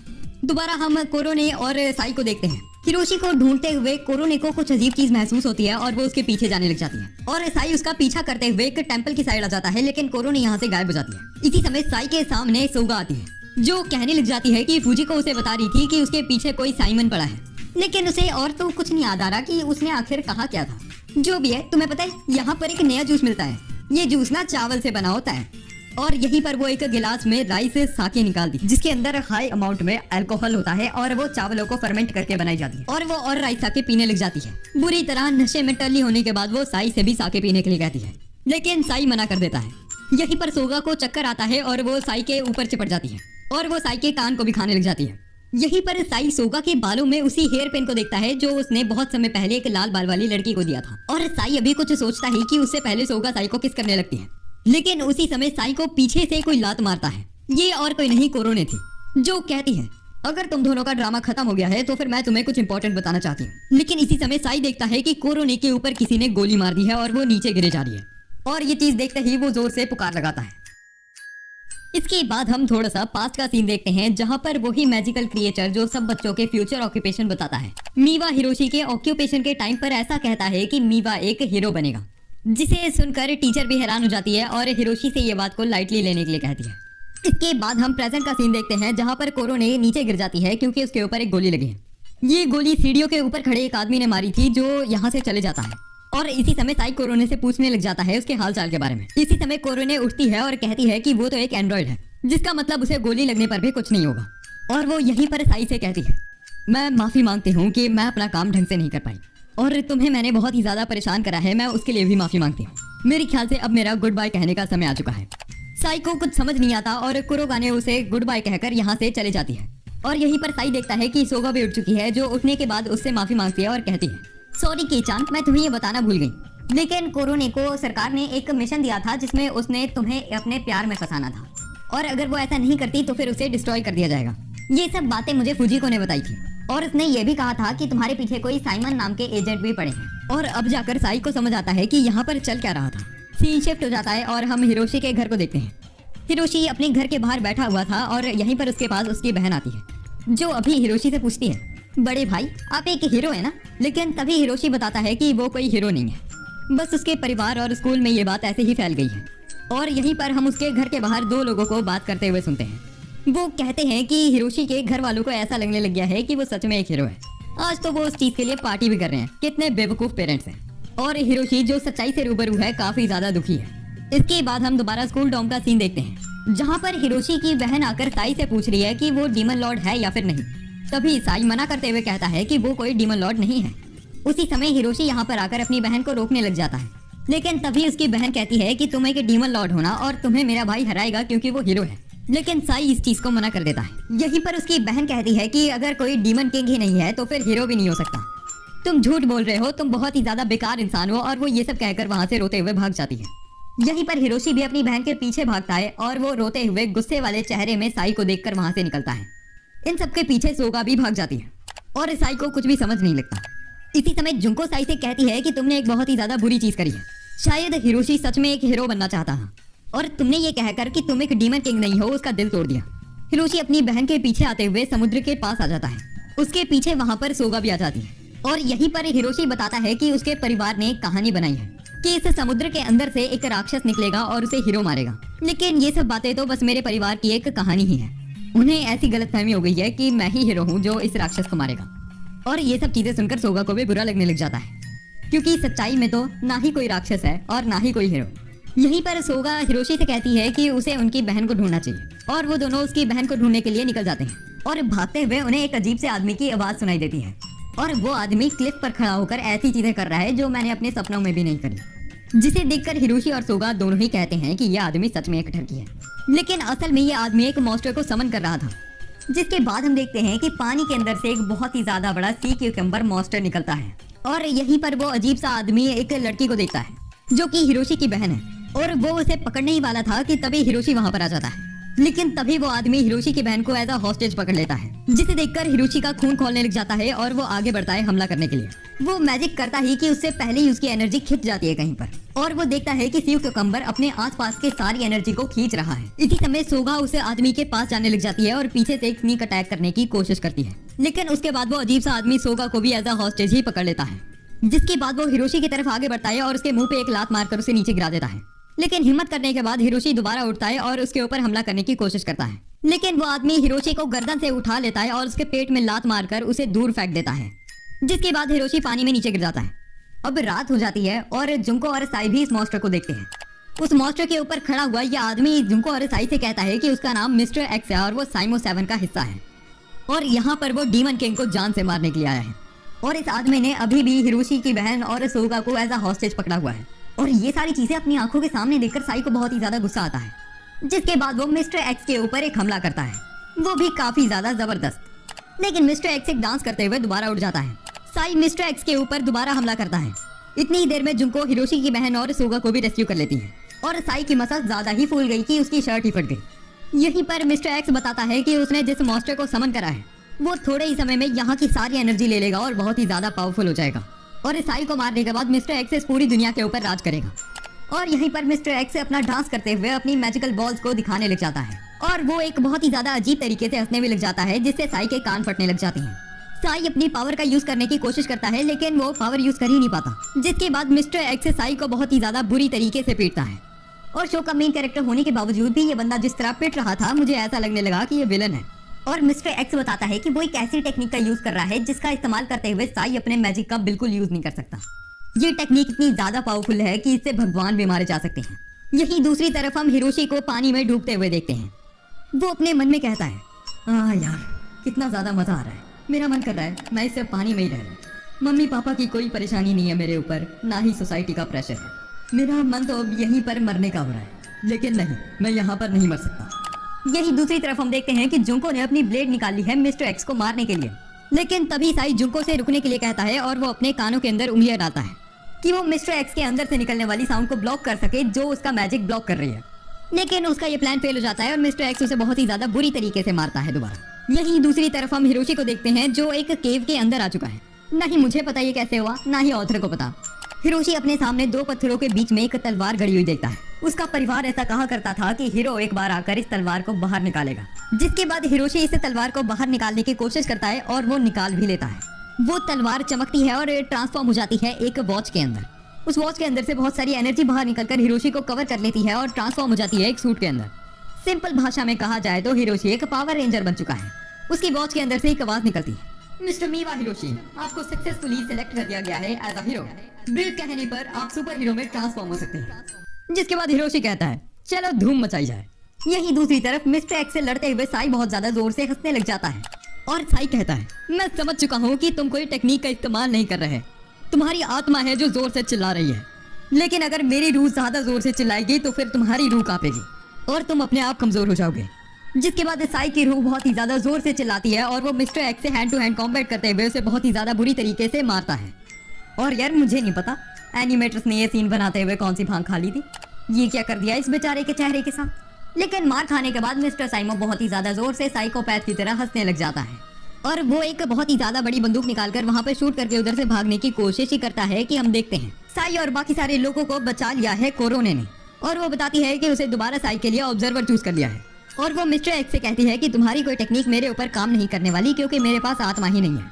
जिसके बाद वो मिस्टर एक्स की तरफ तेजी से बढ़ती है और उसे मारने लगती है, जिसके बाद मिस्टर एक्स का बहुत ही ज्यादा बुरा हाल हो जाता है। यहीं पर सारे लोग देखते हैं कि शहर के बीच में मॉन्स्टर बहुत ही ज्यादा तबाही फैलाने लग गया है, तो फिर वो उसके पीछे जाने लगते हैं। लेकिन उसी समय साई अपने पीछे एक एलईडी बल्ब को उड़ता हुआ देखता है, जो कि और कोई नहीं हमारा सस्ता पावर रेंजर है, जो उस मॉन्स्टर के ऊपर बहुत ही सारे अटैक करता है और उसे बहुत जल्दी मार देता है। और इस चीज को देखकर सारे लोग ही बहुत ज्यादा हैरान हैं। यहीं पर पावर रेंजर बहुत ही ज्यादा तेजी से साई की तरफ जाता है और उसके ऊपर हमला करता है। वो कहता है कि वो इस दुनिया को बचाना चाहता है। साई कहता है कि उसे भी इस दुनिया को कोई नुकसान नहीं पहुंचाना, जिसके बाद पावर रेंजर यहाँ से चले जाता है। और इस चीज के बाद यहाँ पर हिरोशी आता है जो अपनी बहन से मिलता है। और इन सारी चीजों को देखकर साई को अब पता चल चुका है कि आखिर ये पावर रेंजर था कौन। इसके बाद हम शाम का समय देखते हैं जहाँ पर सारे लोग अभी रिलैक्स होकर बैठे हुए हैं। और कोरोने साई से कहती है कि उसे जुंको के साथ शादी कर लेनी चाहिए, जिसे सुनते ही जुंको को शर्म आने लग जाती है। और जुंको कहती है मैं तुम्हारे साथ शादी कर सकती हूँ, और वो ये कहते ही यहाँ से भाग जाती है। सी शिफ्ट हो जाता है और हम अपने सामने एक लैब के अंदर खड़े आदमी को देखते हैं जिसका नाम यामाता बोइचिरो है। यामाता बोइचिरो के पास तेरुया एको आती है और बोइचिरो उसे बताता है कि उसके प्लान को एग्जीक्यूट करने का समय आ चुका है। और यहीं पर वो अपने पेंडेंट में से एक वीडियो प्ले करता है जिसमें हम सोगा जैसी एक लड़की को देखते हैं जिसके बालों का रंग अलग है और उसके बालों के अंदर भी वैसी ही हेयर पिन है जैसी साई ने उसे दी थी। जिसके बाद हम पेड़ की छांव के नीचे लेटे हुए साई को देखते हैं और इसी समय साई को अपने सामने सोगा दिखती है जो साई से कहती है कि वो उसके पास बैठकर सोना चाहती है। और वो साई के पास बैठकर सो जाती है। यही सीन शिफ्ट हो जाता है और हम फुजिको को देखते हैं जो कि अभी सारे मॉन्स्टर्स को देख रही है। वो कहती है अब जब डीमन किंग जाग चुका है तो फिर डीमंस की क्वांटिटी भी बढ़ चुकी है और आगे के समय जो मॉन्स्टर्स पहले से सोए हुए थे वो भी जागने वाले हैं। और यहीं पर वो पानी के बीच में एक अंडे को देखती है जिसे वो उठाती है और उसे ऐसा लगता है कि इस अंडे के अंदर से काफी बड़ा मॉन्स्टर बाहर आ सकता है। यहीं पर पीटर हाउसेन उसके पास आकर कहता है वैसे जिस तरह का मैजिक तुम्हारे पास है मुझे पता है कि तुम इन मॉन्स्टर्स को काबू में रख सकती हो। यहीं पर हम टीवी में बहुत सारी खबरें देखते हैं अपने सस्ते पावर रेंजर के बारे में जो बहुत सारे डीमंस को मारता है और उसका नाम जनता ने डीमन स्लेयर ब्रेव रख दिया है। ये सब चीजें साई और हिरोशी देख रहे थे टीवी के ऊपर। हम उनके पास में सोगा और कोरोने को खाना खाते हुए देखते हैं। यहीं पर टीवी पे एक एडवर्टाइजमेंट आती है जिसमें एक नीले बाल वाली लड़की कुछ कह रही है। इस लड़की का नाम यूको है और ये बहुत ही ज्यादा फेमस एक्ट्रेस है और हिरोशी इस लड़की का दीवाना है। और यहीं सोगा के जाने के बाद साई कोरोने से पूछता है कि आखिर सोगा क्लासेस के अंदर क्यों नहीं जाती, जिसके बाद कोरोने कहती है कि उसे भी नहीं पता कि आखिर सोगा क्यों नहीं जाती स्कूल। वैसे टेक्निकली देखा जाए तो फिर सोगा स्कूल के अंदर ही है, डॉम के अंदर, लेकिन वो क्लास अटेंड नहीं करती। जिसके बाद हम सोगा को बाहर देखते हैं जहाँ पर वो चावल ही खा रही है। यहीं पर साई उसके पास आकर उससे कहता है कि सोगा को भी क्लास अटेंड करनी चाहिए। जिसके बाद सोगा कहती है इसमें कौन सी बड़ी बात है, मैं अभी आ जाती हूँ क्लास के अंदर। जिसके बाद साई और सोगा दोनों क्लास की तरफ जाने लग जाते हैं। लेकिन जैसे ही साई अपना सिर पीछे घुमाता है वो देखता है सोगा के कपड़े। दरअसल सोगा तो मिस इंडिया बनकर भाग चुकी है। जिसके बाद साई सोगा को समझाने की कोशिश भी करता है कि उसे क्लास के अंदर जाना चाहिए, लेकिन सोगा सुनती ही नहीं। और फिर वो जुंको को बताने लग जाता है कि सोगा क्लास के अंदर नहीं जा रही और वो ये भी बताता है कि उसे सोगा की बहुत ज्यादा चिंता हो रही है। लेकिन ये सब सुनते हुए जुंको को ऐसा लग रहा है कि साई को सोगा से प्यार है, इस वजह से वो वहाँ से चले जाती है। और रात को वो तंग हो रही है ये सोचकर कि आखिर उसने साई को ऐसे छोड़ क्यों दिया। और उसे याद आने लग जाता है कि सोगा तो उसकी दोस्त भी है। यही सीन शिफ्ट हो जाता है और हम फुजिको को उस अंडे को गांजा मेरा मतलब मैजिक पाउडर खिलाते हुए देखते हैं। और इसी समय फुजिको अपने भाई को बताती है इतने गांजे से तो इस अंडे के अंदर से मॉन्स्टर्स नाचते हुए बाहर आने चाहिए थे, लेकिन अब ये अंडा फूट ही नहीं रहा तो मैं क्या कर सकती हूँ। मैं तो सोचा था कि मैं लॉर्ड साई याकुतो को बेबी मॉन्स्टर्स के साथ सरप्राइज करूंगी। और यहीं पर वो अपने सोफे के ऊपर सो जाती है। जिसके बाद हम देखते हैं कि हमारी मिस इंडिया उस अंडे को लेकर यहाँ से निकल जाती है। और अगले दिन हम देखते हैं कि सोगा दोबारा साई के घर में आकर चावल पकाती है और यहीं पर वो साई को उस अंडे को दिखाती है जो फुजिको ने उठाया था। वो कहती है कि आज उसका बहुत ही ज्यादा बड़ा ऑमलेट खाने का मन हो रहा है। यही कोरो ने भी उसे पकाने के लिए बर्तन ले आती है। और यही दूसरी तरफ फुजिको देखती है कि वो शाम से सुबह तक अपने सोफे पे पड़े पड़े सो गई और वो नोटिस करती है कि वहाँ पर वो अंडा नहीं पड़ा। जिसके बाद उसका भाई बताता है कि वो अंडा कहीं पर उड़ते हुए अपने आप चला गया। यही सी शिफ्ट हो जाता है और हम सोगा को उस अंडे के साथ खेलते हुए देखते हैं। पता नहीं खेल रही है या क्या कर रही है, अगर पकाना है तो पका के खाए यार। यहीं पर साई उस अंडे को उठाता है और उसी समय हम देखते हैं कि वो अंडा ग्लो करने लग जाता है और साई उसे दूर फेंक देता है क्योंकि उसे ऐसा लगता है ये अंडा एक बॉम्ब है। और रात तक वो सब लोग नोटिस करते हैं कि ये अंडा काफी ज्यादा बड़ा हो चुका है और साई इस बड़े अंडे को दोबारा छूता है। जिसके बाद उसमें क्रैक्स आने लगते हैं और उस अंडे के अंदर से कुछ मॉन्स्टर्स बाहर निकलते हैं। साई, कोरोने और हिरोशी उस मॉन्स्टर से लड़ने के लिए तैयार हो जाते हैं, लेकिन वो मॉन्स्टर हमला करता है सोगा के ऊपर। लेकिन उसी समय साई आकर सोगा को बचा लेता है और ये मॉन्स्टर इतना ज्यादा पावरफुल है कि वो साई के हाथ के अंदर छेद भी कर देता है। लेकिन उसी समय साई देखता है कि वहाँ पर फुजिको आती है जो कहती है मेरे प्यारे डीमन किंग, मैं आपको ये सारे मॉन्स्टर्स एज अ गिफ्ट देना चाहती हूँ। वो बताती है कि वो इन सारे मॉन्स्टर्स को कंट्रोल करना सीख चुकी है। लेकिन वो मॉन्स्टर तो कहता है जी मुझे भूख लग रही है, मैं खाना खा रहा हूँ, मुझे तुम्हारी बकवास से कोई फर्क नहीं पड़ता आंटी। और वो फुजिको को खाने लग जाता है। जिसके बाद साई उस मॉन्स्टर के ऊपर एक हमला तो करता है, लेकिन उस हमले से वो मॉन्स्टर और ज्यादा बड़ा हो जाता है क्योंकि उसने साई की मैजिकल एनर्जी को अब्सॉर्ब कर लिया है। जिसके बाद वो थोड़ा सा पागल हो जाता है और गुस्से में शहर की तरफ भागने लग जाता है। यही दूसरी तरफ हम हिरोशी को देखते हैं जो अपनी पावर्स का यूज करते हुए अपने सस्ते पावर रेंजर में कन्वर्ट हो जाता है, जिसके बाद वो शहर की तरफ जाने लग जाता है। शहर के अंदर हम देखते हैं कि यूको आज एक वीडियो बना रही है, वो भी हवा के अंदर उड़ते हुए। लेकिन उसी समय वहां पर उड़ते हुए वो मॉन्स्टर आता है और ये सारे लोग नीचे उतरते हैं और वो मॉन्स्टर यूको के ऊपर हमला करने ही वाला था कि उसी समय वहां पर पावर रेंजर आकर उस पर हमला करता है और एक ही अटैक में वो उसकी मुंडी काट कर उसे नीचे फेंक देता है। और यहीं पर आसपास के एरिया में जिंदा लोगों को ढूंढते हुए उसे यूको दिखती है। जैसे ही वो यूको को बचाने के लिए नीचे जाता है, यूको तेजी से दौड़ते हुए आती है और उसे किस कर देती है और वो बताती है कि उसे मॉन्स्टर्स बहुत ही ज्यादा बुरे लगते हैं और वो उसे शुक्रिया करना चाहती है। और यही यूको कहती है कि ये चीज हम दोनों के बीच में सीक्रेट होने वाली है, जिसके बाद ब्रेव दोबारा हवा में उड़ने लग जाता है। यही दूसरी तरफ हम साई को देखते हैं जो स्टूडेंट काउंसिल से माफी मांगता है ये सारी गड़बड़ करने के लिए। जैसे ही साई स्टूडेंट काउंसिल के ऑफिस से बाहर आता है, वो अपने सामने सोगा को खड़ी हुई देखता है और सोगा साई से कहती है कि उसने साई की बातों पर बहुत ज्यादा ध्यान दिया और काफी ज्यादा सोच विचार करने के बाद उसने अब ये डिसीजन किया है कि वो क्लास अटेंड करा करेगी, जिसे सुनकर साई भी खुश हो जाता है और वो दोनों क्लास की तरफ जाने लग जाते हैं। सीन स्विच होता है और हम जुंको को कोरोने से कुछ पूछते हुए देखते हैं। जुंको कोरोने से पूछती है, वैसे पहले तुम जब साई और हमारी शादी की बात कर रही थी क्या तुम सीरियस थी? जिसके बाद कोरोने कहती है कि वो 100% सीरियस थी, इसी वजह से उसने पहले ही जुंको के पेरेंट्स को कॉल भी कर दिया था और उन्होंने परमिशन भी दे दी है तुम्हारी शादी करने के लिए, जिसे सुनकर जुंको हैरान हो जाती है। जिसके बाद सी शिफ्ट होता है और हम पास्ट का सीन देखते हैं जहाँ पर एक आदमी एक ऑर्फनेज के बच्चों को खाना बांट रहा है और वो आदमी सारे बच्चों से कहता है, प्यारे बच्चों, तुम्हें मुझे शुक्रिया करने की कोई जरूरत नहीं है, तुम्हें उस ऊपर वाले का शुक्रिया करना चाहिए जिसने हमें ये सब दिया है। लेकिन इसी समय यहाँ पर एक बच्चा आता है जो कि छोटा साई याकुतो है। साई कहता है, मैं भगवान का शुक्रिया नहीं कर सकता क्योंकि भगवान जैसी कोई चीज है ही नहीं, मैं तुम्हारा शुक्रिया करूंगा। भगवान तो सिर्फ एक सिस्टम है जो इंसानों ने खुद बनाया है अपनी सोच से। ये सुनकर उस आदमी को गुस्सा आ जाता है और वो साई से कहता है, चुप हो जा ना समझ बच्चे, क्या तुझ में हल्की सी भी शर्म नहीं? और वो आदमी साई को बहुत ही ज्यादा गंदी गंदी गालियां निकालने लग जाता है। ये बच्चों में खाना बांटने का तो सिर्फ दिखावा ही था, अंदर से वो आदमी बहुत खराब है। लेकिन इसी समय एक सिस्टर कहती है, साई तुम्हें कभी कभी सच पता होने पर भी उसे बोलने की जरूरत नहीं होती। और तभी साई कहता है कि मैं इस पूरी दुनिया को साबित करके दिखाऊंगा कि भगवान जैसा कुछ नहीं होता। जिसके बाद हम प्रेजेंट में जुंको को देखते हैं जो अभी सोच रही है कि वो साई से अपना लव कन्फेशन कैसे करेगी। कोरोने ने चाहे उनकी शादी फिक्स करा दी हो, मेरे ख्याल से साई को तो ये भी नहीं पता कि मैं उससे प्यार करती हूँ। जिसके बाद वो साई और अपना रोल प्ले करने लग जाती है कि आखिर वो अपना लव कन्फेशन कैसे करेगी।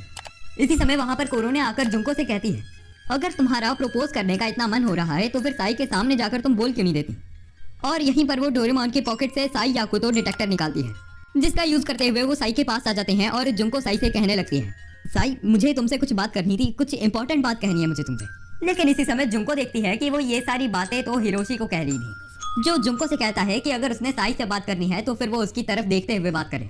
और इसी समय जुंको साई से बात करती है और कहती है, तुम्हें पता है आज मौसम कितना ज्यादा सुंदर है, वैसे मुझे तुमसे एक बहुत ही ज्यादा इंपॉर्टेंट चीज के बारे में बात करनी थी। तभी साई कहता है, जुंको तुम ठीक तो हो ना? अगर तुमने मुझसे कुछ कहना है तो फिर तुम कह क्यों नहीं देती? जिसके बाद जुंको साई से कहती है, देखो बात ऐसी है कि तुम्हें मेरे घर पर आना पड़ेगा, मुझे तुमसे एक बहुत ही ज्यादा इंपॉर्टेंट पॉलिटिकल मैटर के बारे में बात करनी है। और यही शाम के समय हम साई को अपने डॉम की तरफ जाते हुए देखते हैं, जहाँ पर वो अपने सामने प्रिंसिपल और यामाता बॉयचिरो को बातचीत करते हुए देखता है।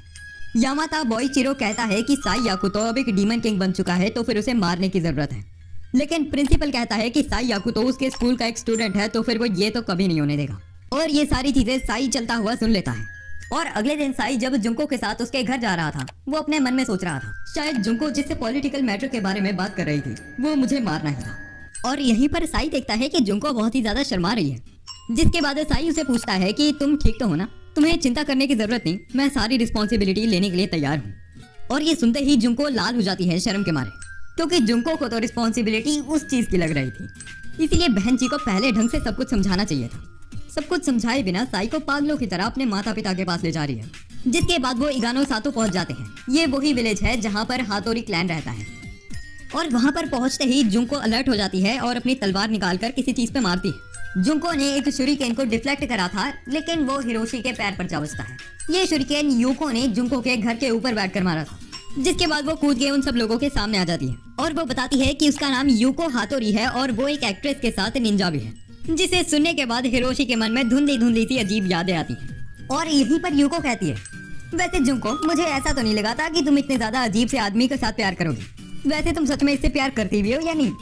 और तभी जुंको कहती है कि नहीं, मैं इससे प्यार थोड़ी करती हूँ, जिसके बाद यूको कहती है कि तुम हमेशा की तरह बिल्कुल बेकार हो झूठ बोलने में। और यहीं पर वो सारे लोग जुंको के घर जाने लग जाते हैं। और रास्ते में चलते हुए यूको हिरोशी को बताती है कि उसे डीमंस बहुत ही ज्यादा बेकार लगते हैं। बचपन में एक डीमन ने उसके ऊपर हमला कर दिया था और उस समय उसके ब्लड के अंदर डीमन का ब्लड मिक्स हो गया। जब भी वो डीमंस को देखती है उसे उल्टी आने का मन होता है। जिसके बाद वो जुंको के घर आ जाते हैं। यहाँ पर हातोरी क्लैन के लीडर यानी जुंको के डैड साई से पूछते हैं, क्या तुम मेरी बेटी से प्यार करते हो? क्या तुम मेरी बेटी के लिए शहीद होने के लिए तैयार हो?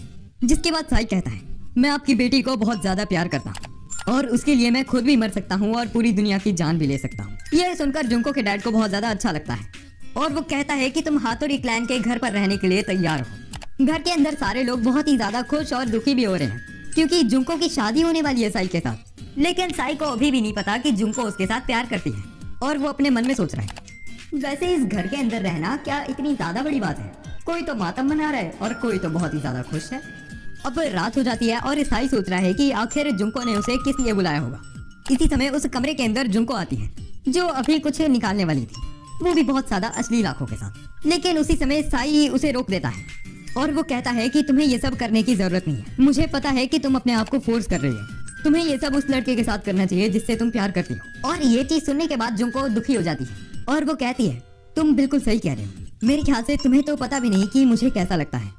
मैं चाहती हूँ कि तुम आज के दिन को भूल जाओ और मुड़ के तुम्हें मुझे देखने की कोई जरूरत नहीं है। जिसके बाद जुंको उस कमरे से चले जाती है रोते हुए और साई अभी भी सोच रहा है कि आखिर जुंको करना क्या चाहती थी और वो रोई क्यों। लेकिन उसी समय उस कमरे के अंदर से बहुत सारे निंजाज आ जाते हैं जो साई को मारने की कोशिश करते हैं क्योंकि उसने जुंको को रुलाया था। और सिचुएशन को देखते हुए साई कमरे के अंदर से बाहर निकलता है और जोर से भागने लग जाता है।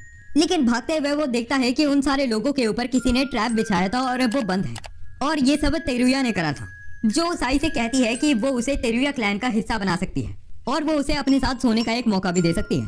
लेकिन तभी साई कहता है, मैडम मुझे तुम में कोई इंटरेस्ट नहीं है। जिसे सुनने के बाद तेरुया को बहुत ज्यादा गुस्सा आ जाता है और वो कहती है कि जब मुझे तुमसे प्यार होने लगा था तब तुम ऐसी बातें कर रहे हो।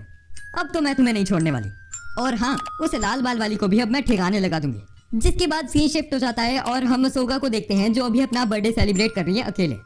उसने सोचा था कि वो साई को तब बुलाएगी जब उसने केक तैयार करा होगा, लेकिन अब साई तो यहाँ पर है नहीं, तो फिर वो अकेले ही राइस बॉल खाने वाली है। लेकिन तभी हम देखते हैं कि सोगा के ऊपर एक मॉन्स्टर जैसी चीज स्पाई कर रही है और बाहर उसे मारने के लिए कुछ निंजाज और एक मॉन्स्टर है।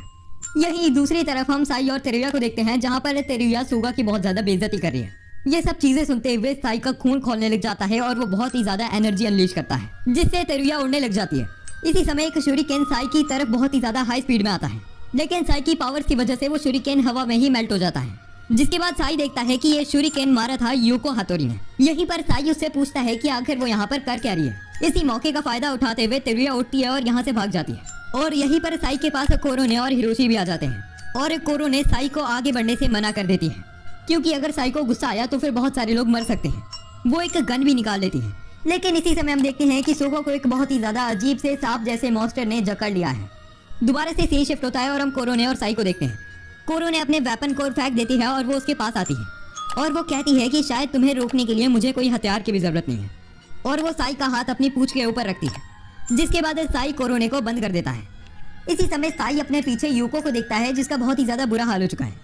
उसकी ब्लड में डीमन का खून होने की वजह से यूको को एक बीमारी हो चुकी है और वो तेजी से फैलती है जब उसके आसपास कोई डीमन होता है, जिस वजह से उसे डीमंस बिल्कुल नहीं पसंद। और इन सब चीजों को देखते हुए साई उधर से जाने लगता है। वो एक पेड़ के ऊपर अपना हाथ रखता है और पोर्टल खोल के उसके अंदर चले जाता है। यहीं दूसरी तरफ हम देखते हैं कि सोगा को बहुत ही ज्यादा बुरे बुरे मॉन्स्टर्स मार रहे हैं, लेकिन इसी समय वो सांप जैसा मॉन्स्टर कट जाता है। ये चीज यामाता बोइचिरो ने करी थी और वो कहता है, तुमने आखिर इस लड़की को छूने की हिम्मत भी कैसे करी। यहीं पर यामाता बोइचिरो वहां पर मौजूद सारे लोगों को भी काट के रख देता है और एक के हाथ में से एक एम्ब्लेम निकलता है। यहीं पर सोगा बोइचिरो से पूछती है कि आखिर वो है कौन। जिसके बाद यामाता बोइचिरो कहता है कि मुझे तुम्हारी जरूरत है, तुम्हारे पास वो हेयर पिन भी है जो मैंने तुम्हें दी थी। लेकिन इसी समय हम देखते हैं कि वहां पर साई याकुतो अपने पोर्टल से आ जाता है और उसे देखने के बाद बोइचिरो कहता है कि मुझे ये तो बिल्कुल उम्मीद नहीं थी कि तुम भी यहाँ पर आने वाले हो। जिसके बाद साई अपनी पावर्स को अनलीश करता है और वो कहता है, मैं तुम्हें सोगा केना को हल्की सी खरोच भी नहीं पहुंचाने दूंगा। लेकिन तभी यामाता बोइचिरो अपनी तलवार चलाता है और साई का हाथ काट देता है। लेकिन तभी साई अपनी पावर्स का यूज करते हुए एक और नया हाथ निकाल लेता है। लेकिन इसी समय हम देखते हैं कि यहाँ पर एक बहुत ज्यादा बड़ा मॉन्स्टर भी आ जाता है जिसके ऊपर फुजी को बैठी हुई है और वो कहती है कि उसने डीमंस को कंट्रोल करने का एक तरीका ढूंढ लिया है जिसके बाद इस मॉन्स्टर के ऊपर सोगा और साई भी बैठ जाते हैं। तभी यामाता बोइचिरो कहता है कि ये लड़की की मुझे जरूरत है, अगर इसने अपना रोल नहीं निभाया तो फिर गॉड इस पूरी दुनिया पर राज कर लेगा। जिसके बाद हम देखते हैं कि पूरा शहर मॉन्स्टर से भर जाता है और यामाता साई को बताता है सोगा की ना इस वर्ल्ड की आइडेंटिटी है और गॉड को हराने के लिए सोगा की बहुत ज्यादा जरूरत है, उसे इस दुनिया को बचाने के लिए मरना ही पड़ेगा। जिसके बाद बोइचिरो अपनी तलवार निकाल लेता है। यहीं पर हम तेरुया को देखते हैं जो इन सारी चीजों को देखते हुए बहुत ज्यादा हैरान हो चुकी है। इसी समय उसके पास उसके पापा आते हैं और बताते हैं कि यामाता बोइचिरो ने उन्हें धोखा दे दिया है और उसके पापा का आधा सिर कटा हुआ है। तेरुया को अपने डैड की शक्ल देखकर चिढ़ मचने लग जाती है और वो अपने डैड को अपनी तलवार से मार देती है और वो अपने डैड के हाथों से एक एम्बलम उठाती है और कहती है कि बस मुझे इसकी ही जरूरत है, इसकी मदद से मैं पूरी तेरुया क्लैन की लीडर बन सकती हूँ। यहीं पर तेरुया के पीछे आकर एक आदमी कहता है मिस तेरुया आइको, इस जंग में मैं आपकी मदद कर सकता हूँ। मेरा नाम टूवी है, मैं साइमो 7 का हिस्सा हूँ, जिसका मतलब मेरा मकसद साई याकुतो को मारना है। इसके बाद सीन शिफ्ट हो जाता है और हम हातोरी क्लैन में जुंको और जुंको के डैड को टीवी देखते हुए देखते हैं। जुंको कहती है मुझे उम्मीद नहीं थी कि साई याकुतो इस तरह का निकलेगा। और यहीं पर उसके डैड जुंको से कहते हैं कि अब सही समय आ चुका है। वो एक तलवार निकालते हैं और कहते हैं कि ये तलवार मैं तुम्हें देने वाला हूँ, लेकिन ये तलवार हमारे परिवार में 100 साल से भी ज्यादा समय तक है और आज तक इसे कोई नहीं निकाल पाया। इसी समय यहाँ पर जुंको की ग्रैंडमा आती है जो ये तलवार जुंको के हाथों में पकड़ा देती है और जुंको की ग्रैंडमा उसे बताती है चाहे ये तलवार 100 साल से आज तक कोई नहीं निकाल पाया, लेकिन अगर ये तलवार ने तुम्हें एक्सेप्ट कर लिया तो फिर तुम इस तलवार का इस्तेमाल किसी और के लिए नहीं अपने लिए कर सकती हो। जिसके बाद हातोरी क्लैन और तेरुया क्लैन को कंबाइन कर दिया जाता है और उनकी लीडर अभी तेरुया बन चुकी है क्योंकि हातोरी क्लैन के ऊपर तेरुया क्लैन आता है। यही दूसरी तरफ हम साई याकुतो और यामाता बोइचिरो को देखते हैं जहाँ पर बोइचिरो साई के ऊपर एक हमला करता है और इस हमले से साई एक दीवार पे जाके ठुकता है और उसके हाथ से खून निकलने लगता है। इस अटैक की पावर की वजह से उसका हाथ रिकवर भी नहीं करता। यहीं पर बोइचिरो आगे बढ़ने लग जाता है साई को मारने के लिए। इसी समय फूजी को एक डिमन का यूज करते हुए साई को उसके ऊपर बैठाती है और यहाँ से दूर ले जाने लग जाती है, लेकिन यामाता बोइचिरो उनका पीछा छोड़ने का नाम ही नहीं ले रहा और आगे बढ़ते हुए उन्हें अपने सामने स्कूल का प्रिंसिपल दिखता है और वो कहता है कि तुम सब लोग मेरे स्टूडेंट्स हो और अपने स्टूडेंट्स की रक्षा करना मेरा काम है। जिसके बाद फूजी को आगे निकल जाती है। यहीं पर यामाता बोइचिरो को प्रिंसिपल रोकता है और वो कहता है कि मैं तुम्हें आगे नहीं जाने दूंगा, मैं तुम्हें बार बार एक ही गलती नहीं करने दूंगा। यहीं पर हम दोबारा फूजी को आगे बढ़ते हुए देखते हैं, लेकिन उनके रास्ते के बीच में स्टूडेंट काउंसिल प्रेसिडेंट लिली आ जाती है जो कहती है कि वो उन्हें और ज्यादा तबाही नहीं मचाने देगी, लेकिन पता नहीं क्यों मुझे तुम पर भरोसा भी है कि तुम कुछ गलत नहीं करोगे। यहीं पर हम हातोरी और तेरुया क्लैन के घर के बाहर का सीन देखते हैं जहाँ पर यूको की लाइव ब्रॉडकास्टिंग हो रही है कि वो डीमन किंग को हराने के लिए जाने वाले हैं और इन दोनों क्लैंस की अभी लीडर तेरुया है, तो वो ही उन्हें ऑर्डर दे रही है। तेरुया सबसे पहले जुंको और यूको को बैटलफील्ड पर अकेला भेजने के लिए आदेश देती है और उसके मन में ये चल रहा है सबसे पहले इन दोनों नमूनों को ही मरने के लिए भेज देती है। लेकिन ये खबर सुनकर यूको खुश हो जाती है कि उसे डीमंस को मारने को मिलेगा और ना चाहते हुए जुंको भी इस चीज को एक्सेप्ट कर लेती है। यहीं पर हम अपने सस्ते पावर रेंजर को देखते हैं जो अपने मन में सोच रहा है बड़े भाई क्या आप यही फ्यूचर चाहते थे। यहीं पर बैटलफील्ड पर जाने के लिए जुंको और यूको बाहर निकलते हैं और पब्लिक को ये अनाउंस करा गया है कि जुंको और यूको खुद ही जाना चाहते थे सबसे पहले अकेले बैटलफील्ड पर, ताकि तेरुया की यहाँ पर कोई इन्वॉल्वमेंट शो ना हो। यही दूसरी तरफ हम देखते हैं कि साई फूजिको और सोगा उसी जगह पर पहुंच चुके हैं जहां पर पीटर हाउसेन रहता था और यहां पर साई पीटर हाउसेन से उसका साथ देने के लिए कहता है ताकि वो सोगा को बचा सके और यामाता बोइचिरो को हरा सके और पीटर हाउसेन साथ देने के लिए तैयार हो जाता है। जिसके बाद साई उसके ऊपर चढ़ जाता है। सीन स्विच होता है और हम यामाता बोइचिरो और प्रिंसिपल को देखते हैं और मास्टर रोशी की तरह एक टेक्निक का यूज करते हुए प्रिंसिपल अपनी पूरी बॉडी को फुला लेता है और वो कहता है कि वो यामाता बोइचिरो को अपनी गलतियों को रिपीट नहीं करने देगा। यही दूसरी तरफ हम देखते हैं कि हमारे पावर रेंजर ने यूको को ढूंढ लिया है। वो देखता है कि जमीन के अंदर एक बहुत ही ज्यादा बड़ा ब्लास्ट होता है। ये इसीलिए हुआ था क्योंकि जमीन के अंदर से पीटर हाउसेन और साई याकुतो आए हैं और साई बहुत ही ज्यादा गुस्से में जोर से चिल्लाता है। जुंको को ये सब देखते हुए बुरा लग रहा है। वो पहले अपनी फैमिली की लेजेंडरी तलवार को बाहर निकालने की कोशिश करती है लेकिन वो उसे बाहर नहीं निकाल पाती। जिसके बाद वो नॉर्मल कटाना निकालती है और साई के ऊपर हमला करने के लिए पीटर हाउसेन के ऊपर चढ़ जाती है, लेकिन जैसे ही वो हमला करने लगती है उसकी तलवार जल जाती है और यही साई कहता है कि वो कुछ गलत नहीं करने वाला। अगर इस वर्ल्ड में शांति लानी है तो फिर गॉड को मारना ही पड़ेगा। जुंको बहुत ही ज्यादा दुखी थी, लेकिन तभी साई कहता है तुम्हें चिंता करने की जरूरत नहीं, चाहे ये पूरी दुनिया खत्म हो जाए मैं तुम्हें नहीं मरने दूंगा। और वो जुंको को अपने हाथों में पकड़ लेता है और वो उससे कहता है कि तुम्हें घबराने की कोई जरूरत नहीं, कुछ भी होने पर मैं तुम्हारा साथ नहीं छोड़ूंगा। जिसके बाद वो उसे नीचे फेंक देता है, हाँ लेकिन स्लो मोशन में। और वो अभी तेजी से आगे बढ़ने ही लगा था कि उसके सामने हमारा सस्ता पावर रेंजर आ जाता है जो पीटर हाउसेन के कट लगा देता है जिसके बाद वो पीटर हाउसेन के ऊपर हमला करने लग जाता है। यही पीटर हाउसेन अपना मुंह खोलता है और उसे अपने मुंह में डालने की कोशिश करता है और यहीं पर पीटर हाउसेन अपने मुंह से एक बीम शूट करने वाला था, लेकिन उसी समय पावर रेंजर भी एक बीम शूट कर देता है जिससे पीटर हाउसेन के ऊपर ही असर होता है। और यहीं पर हम देखते हैं कि साई को मारने के लिए यहाँ पर इस दुनिया की सबसे ज्यादा बड़ी एयरशिप आ चुकी है जो बहुत सारी मैजिकल बुलेट से साई की तरफ शूट करने लग जाते हैं और इन सारी बुलेट से पीटर हाउसेन और साई बहुत ही ज्यादा मुश्किल से बच रहे हैं। पीटर हाउसेन उस एयरशिप के ऊपर एक बीम शूट करता है जिससे वो डैमेज हो जाती है, लेकिन तभी वो एयरशिप पीटर हाउसेन के ऊपर क्रैश कर जाती है और ये चीज देखकर सबको ऐसा लगने लग जाता है कि साई अब मर जाएगा। यहीं पर सीन शिफ्ट हो जाता है और हम कोई अजीब सी जगह को देखते हैं। ये जगह कोई स्पेसशिप जैसी लग रही है। इस जगह के अंदर वही लड़की खड़ी है जो सोगा के जैसी दिखती थी, लेकिन सोगा थी नहीं। वो लड़की गुड बाय कहती है और उसके पीछे यहाँ पर एक आदमी आता है जो और कोई नहीं यामाता बोइचिरो है जो उसे रोक रहा है। और तभी हम देखते हैं कि उस लड़की के पीछे एक डायमेंशन खुलता है जिसके अंदर से डीमन किंग आता है जो उस लड़की को अपने पास खींचता है और उसे एक चुम्मा दे देता है। ये देखने के बाद यामाता बोइचिरो नीचे बैठ जाता है और कहता है, शिट यार, उसने मेरे से पहले मेरी बंदी को चुम्मा दे दिया। वो बताता है कि उसने हजारों करोड़ों बार टाइम ट्रैवल करा लेकिन रिजल्ट सेम ही था। हर बार डीमन किंग उसकी बंदी चुरा लेता था। यार इतना ही समझ लगा मुझे इस सीन में। ये तो मुझे बिल्कुल समझ नहीं आया कि डीमन किंग उसकी बंदी चुरा क्यों रहा है। जो भी है, हम अब प्रेजेंट में जुंको को देखते हैं जिसे ऐसा लग रहा है कि साई मर चुका है। इन सब चीजों को देखकर फुजी को भी रोने लग जाती है, लेकिन जुंको को साई की एनर्जी अभी भी महसूस हो रही है। और यहीं पर हम अपने सस्ते पावर रेंजर को देखते हैं जो इधर उधर सैर करते हुए अपने सामने प्रिंसिपल और यामाता बोइचिरो को देखता है। इतने मसल होने के बावजूद भी प्रिंसिपल यामाता को नहीं हरा पाता, जिसके बाद पावर रेंजर प्रिंसिपल को बचाने की कोशिश करता है, लेकिन यामाता बोइचिरो उस पर हमला करने लगता है। यहीं पर हमारा पावर रेंजर कुछ करने ही लगता है कि उसका सूट डीएक्टिवेट हो जाता है और वो नन्हा मुन्ना बच्चा बन जाता है। जिसके बाद यामाता बोइचिरो बताता है कि उसने ही ये सूट बनाया है, तो वो अपनी सोच से ही इस सूट को डीएक्टिवेट कर सकता है। यहीं पर वो दोबारा प्रिंसिपल को मारने ही लगता है कि तभी हिरोशी कहता है, ये सूट तुमने ऐसे ही तो बनाया नहीं है, तुम खुद डीमन किंग को नहीं मार सकते, इसीलिए तुमने ये सूट बनाया है और ना ही तुम इस सूट को खुद पहन सकते हो। मैं तुम्हारी मदद कर सकता हूँ, लेकिन तुम्हें इस आदमी को छोड़ना पड़ेगा और मुझे अपनी बंदी भी बचानी है। जिसके बाद यामाता बोइचिरो प्रिंसिपल को छोड़ देता है और हिरोशी का ऑफर एक्सेप्ट करते हुए उसके साथ आगे बढ़ने लग जाता है। यहीं पर दूसरी तरफ फुजिको को भी पता चल चुका है कि साई मरा नहीं है, लेकिन इसी समय उसे कुछ महसूस होता है और वो जहर फेंकती है दीवार के ऊपर और हम देखते हैं कि दीवार के अंदर से एक रबड़ जैसा मॉन्स्टर बाहर आता है। और मुझे नहीं पता ये किसकी टीम पर है और ये करने क्या आया है, लेकिन इतना जरूर पता है कि मॉन्स्टर को देखते ही फुजिको उसके ऊपर हमला करती है। यही दूसरी तरफ हम हातोरी और तेरुया क्लैन को देखते हैं जिन्हें फिलहाल लिली शिराइशी मार रही है, क्योंकि अब ये लड़की डीमन किंग की साइड पे आ चुकी है। पता नहीं क्यों इस शो की सारी लड़कियां ही डीमन किंग के ऊपर मरे जा रही है। यही लिली कुछ रिपोर्टर्स को अपने पास बुलाती है और बताती है तेरुया क्लैन की लीडर बनने के लिए तेरुया ने सबसे झूठ बोला है। उसके पिता की मौत किसी एक्सीडेंट से नहीं बल्कि तेरुया ने उसे खुद ही मारा है और ये सब मैंने अपनी 2 आंखों से देखा है।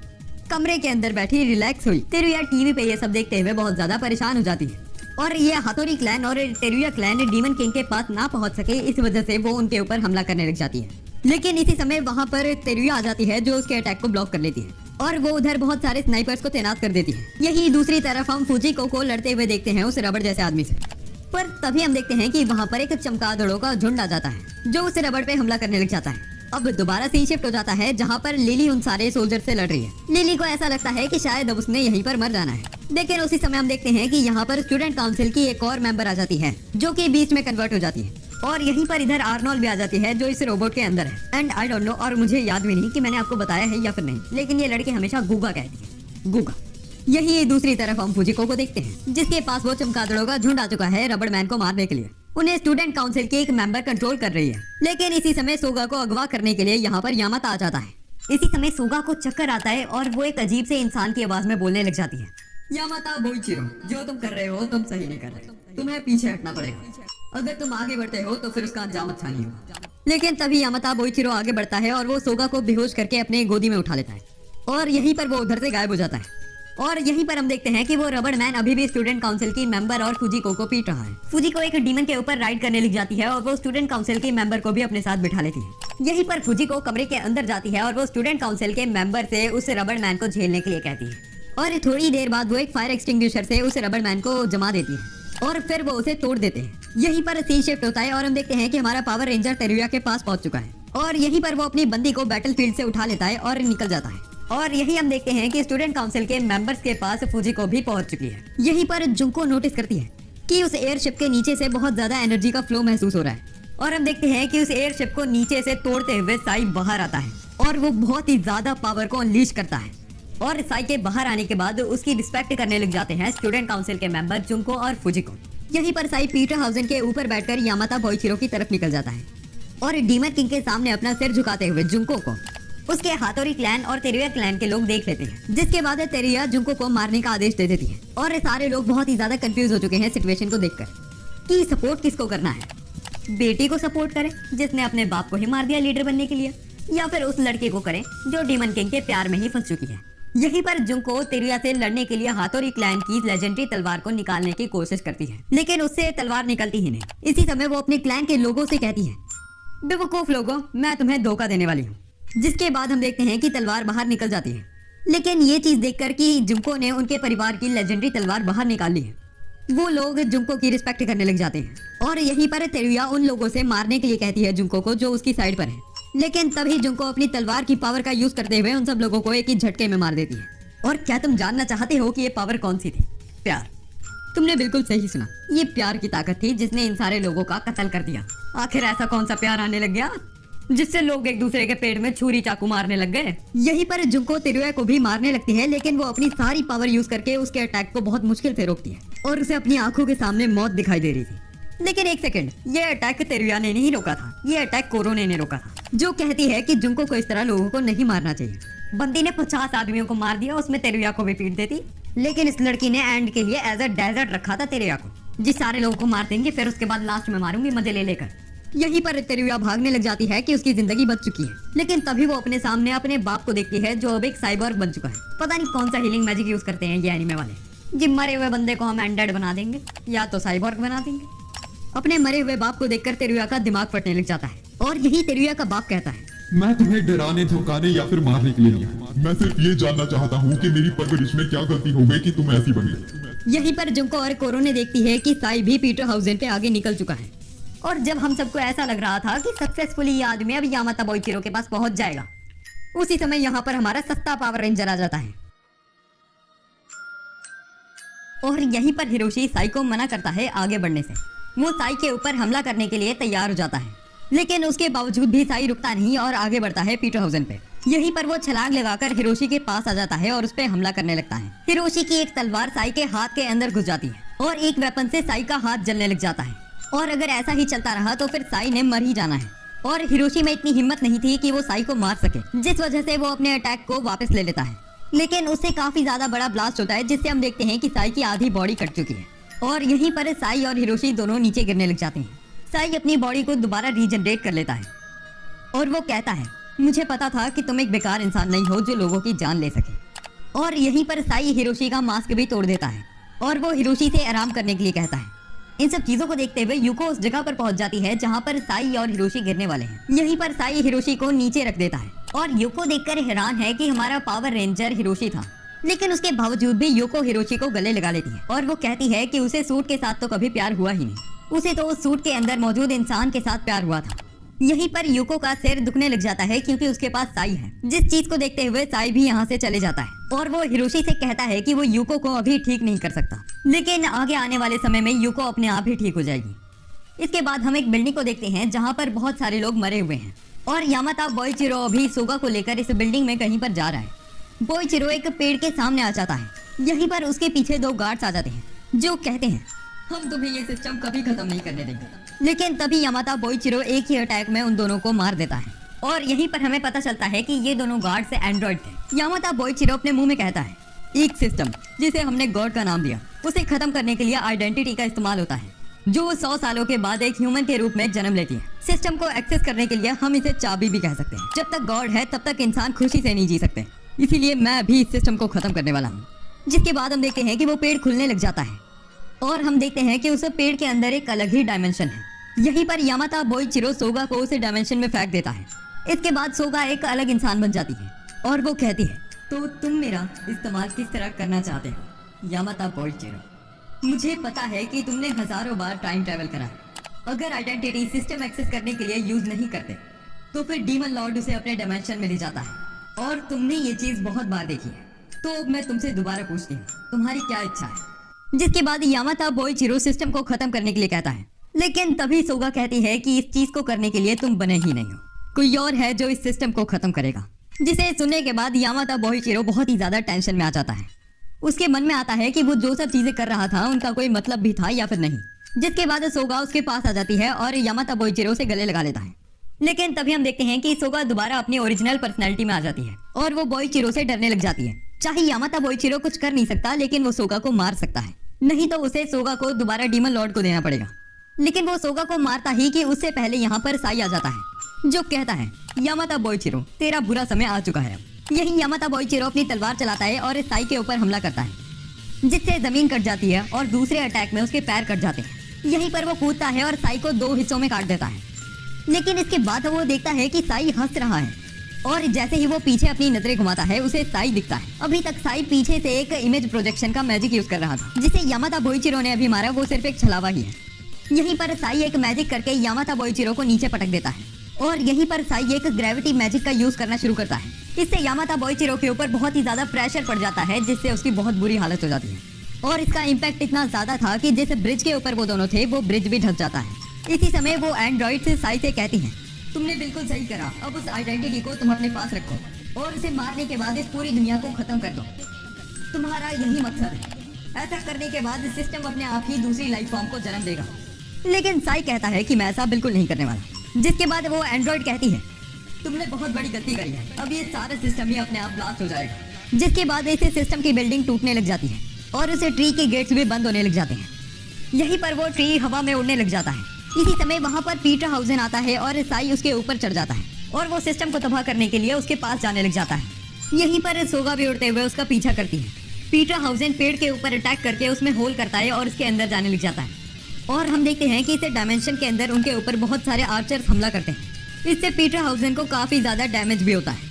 लेकिन तभी वो इस सिस्टम के सेंट्रल प्रोसेसिंग यूनिट यानी सीपीयू के अंदर पहुंच जाते हैं और यहाँ पर आने के बाद पीटर हाउसेन अपने अंदर से बहुत सारी केबल्स निकालता है और इधर पोर्ट्स के अंदर घुसा देता है, जिसके बाद वो इधर के सारे डाटा और सिस्टम्स को इरेज करता है। लेकिन अगर एक भी केबल में खरोच भी आ गई तो फिर सारा प्रोसेस रुक जाएगा। लेकिन सोचने वाली बात है, ऐसा कौन सा बायोलॉजिकल जीव है जो अपने अंदर तारे लेकर घूमता है, वो भी जो पावर इनपुट आउटपुट सपोर्ट करती हो। लेकिन पीटर हाउसेन को बचाने के लिए साई वहाँ पर मौजूद सारे लोगों को मार रहा है। लेकिन यहीं पर एक अटैक कनेक्ट हो जाता है पीटर हाउसेन के ऊपर। ये चीज देखकर साई को बहुत ज्यादा गुस्सा आ जाता है और वो उस रेल्म के अंदर मौजूद सारे लोगों को मार देता है और वो सुपरमैन की लेजर्स का भी इस्तेमाल करता है। यहीं पर पीटर हाउसेन साई से कहता है प्रोसेस कंप्लीट हो चुका है, अब बस इस जगह को तबाह करना है एक ब्लैक होल बनाकर। और वो एक ब्लैक होल क्रिएट करके साई से उसे एक्टिवेट करने के लिए कहता है। लेकिन साई घबराने लग जाता है उसे ब्लैक होल को एक्टिवेट करने के लिए, क्योंकि ये करने से पीटर हाउसेन की जान चली जाएगी। दरअसल पीटर हाउसेन को इस प्रोसेस के बाद भी यहाँ पर रहना पड़ेगा और वो भी इधर ही मर जाएगा। इसी समय हम देखते हैं कि यहाँ पर सोगा भी आ जाती है और साई ने भी अब अपना डिसीजन बना लिया है और अब वो इस जगह को तबाह करने वाला है। सोगा साई को ये करने से रोकने लग जाती है क्योंकि इससे पीटर हाउसेन की जान जा सकती है। लेकिन साई कहता है कि अब वो नहीं रुक सकता। इसी समय सोगा को बहुत ज्यादा अजीब लगता है और उसे चक्कर आता है। जब वो आंखें खोलती है तो फिर उसे अपने सामने एक और सोगा दिखती है, लेकिन इसके बालों का रंग अलग है। सोगा उससे पूछती है कि तुम कौन हो, जिसके बाद वो बताती है कि मैं तुम ही हूँ, या फिर ऐसा भी कह सकते हैं कि हम दोनों अलग हैं, लेकिन हम दोनों एक दूसरे का ही हिस्सा हैं। मेरे बिना तुम नहीं हो और तुम्हारे बिना मैं नहीं हूँ। वैसे मुझे सारी कहानी पहले ही पता है। अगर तुम भी चाहती हो कि साई एक अच्छी जिंदगी जिए तो फिर शायद हमें कहानी को थोड़ा सा बदल देना चाहिए। जिसके बाद हम देखते हैं कि उस पेड़ के साथ वो डायमेंशन और सिस्टम दोनों ही तबाह हो जाते हैं। उस जगह पर एक बहुत ही ज्यादा बड़ा गड्ढा हो जाता है जहाँ पर वो ट्री फटा था और हेलीकॉप्टर का यूज करते हुए अभी जुनको भी इस जगह पर पहुंच चुकी है। उसे अपने सामने साई और सोगा दिखते हैं जो जिंदा है, लेकिन पीटर हाउसेन यहाँ पर नहीं है। और नीचे उतरने के बाद जुनको, सोगा और साई बातचीत करना शुरू करते हैं। साई जुनको से पूछता है क्या तुम्हें भी अपने दिमाग में कोई अजीब सी यादें आती हुई महसूस हो रही हैं?